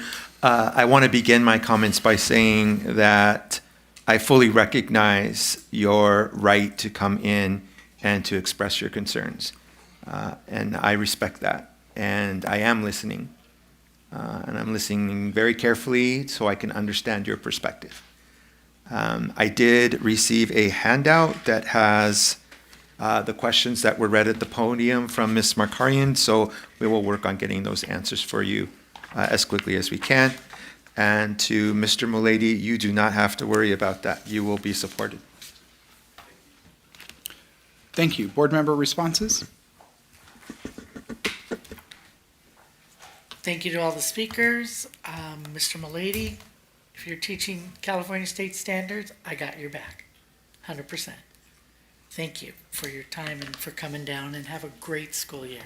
Is this a time we get to mention community things happening too? Is that? That was earlier. Oh, my apologies. I'll wait till next time then. But we will make sure it's highlighted, so that way, and better announced, so that way it can be taken advantage of. It's real quick. Go ahead. September 1st, Friday, Burbank High School 115th anniversary celebration, starting at 4 o'clock. There's some really great, what do you call them? They've implemented and redone the opening area in front of the auditorium to reflect the veterans that have gone through Burbank High School and recognizing them. There'll be lots of historic and exciting things to see. There's table class signups, and there's a car rally and food and a football game. So come out, join us, let's celebrate. Thank you. That's all I got. And above all things, a football game. I know, she didn't even get there. She didn't even get there. Good evening. Thank you. It's always good to have a lot of speakers and to hear from all of you. I want to especially think it was Mr. Valdeo who was talking about the conflict between the two laws potentially. Like, that's really useful information, right? And I certainly hope that Perkins Eastman is doing that as part of the facilities assessment. But I do think that kind of new information is really helpful. I also wanted to, there was one other thing on Horace Mann. It was mentioned a number of times that we've delayed the study session. The study session just has not been scheduled yet because we don't have anything to study. I think we are going to, the first place we're going to schedule it is, I believe, in our Administrative Affairs Committee, which we have on the calendar, but I don't know that we have which committee meeting that's going to be at. But that is a committee that's chaired by myself and Dr. Arkakanian. We would love for you to come to that when we are ready to talk about the facility, the kind of initial draft, and some of the feedback that Perkins Eastman actually will be seeking from the community at that point. And then, Mr. Milady, absolutely, we have your back. I hope you know that. And actually, I was only able to get over to Burbank High last year after I was sworn in during teacher or open house night. So I would love to come to visit your classroom. Tell me the most controversial day to come, and I'm there for you. I believe that.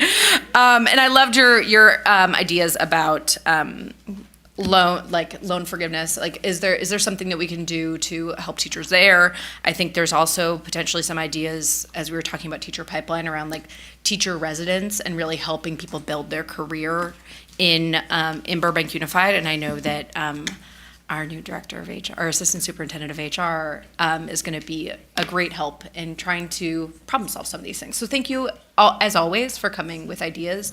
And to the residents of 91504, thank you for coming, and thank you for your information. Thank you, Ms. Ponser-Kamkar. Any further responses? Thank you to everybody who spoke. I look forward to our study session and want to encourage people to continue to reach out to me via email. Mr. Milady, one history teacher to another history teacher, scary times right now, but we're going to stand with you. I know as a board we stand united on this issue. Our admin stand united, our interim superintendent stands united. You don't have anything to worry about. And if there are things that come up, if you have concerns with parents, please reach out to Dr. Paramo or Ms. Cuseo, and they'll work with you, and also to your principal and your APs. Okay, that's a different conversation then. But just know that you have unwavering support. We are going to teach our students what they need to know. Thank you very much. Thank you to everybody who came down tonight. Mr. Milady, yes. I think it's important we teach history. The state standards often create social conflicts and these moments when the reality is that we've got to write somewhere what history means. And that can cause flare-ups. So that's established by the state. We are responsible, and we take a constitutional oath to both the United States Constitution and the state constitution. As we uphold that, you bet, we will have your back. And any teacher's back who, unfortunately sometimes has to teach things that are uncomfortable. So thank you. To the neighborhood who came down tonight, we are expecting a report back in December. We did not delay anything.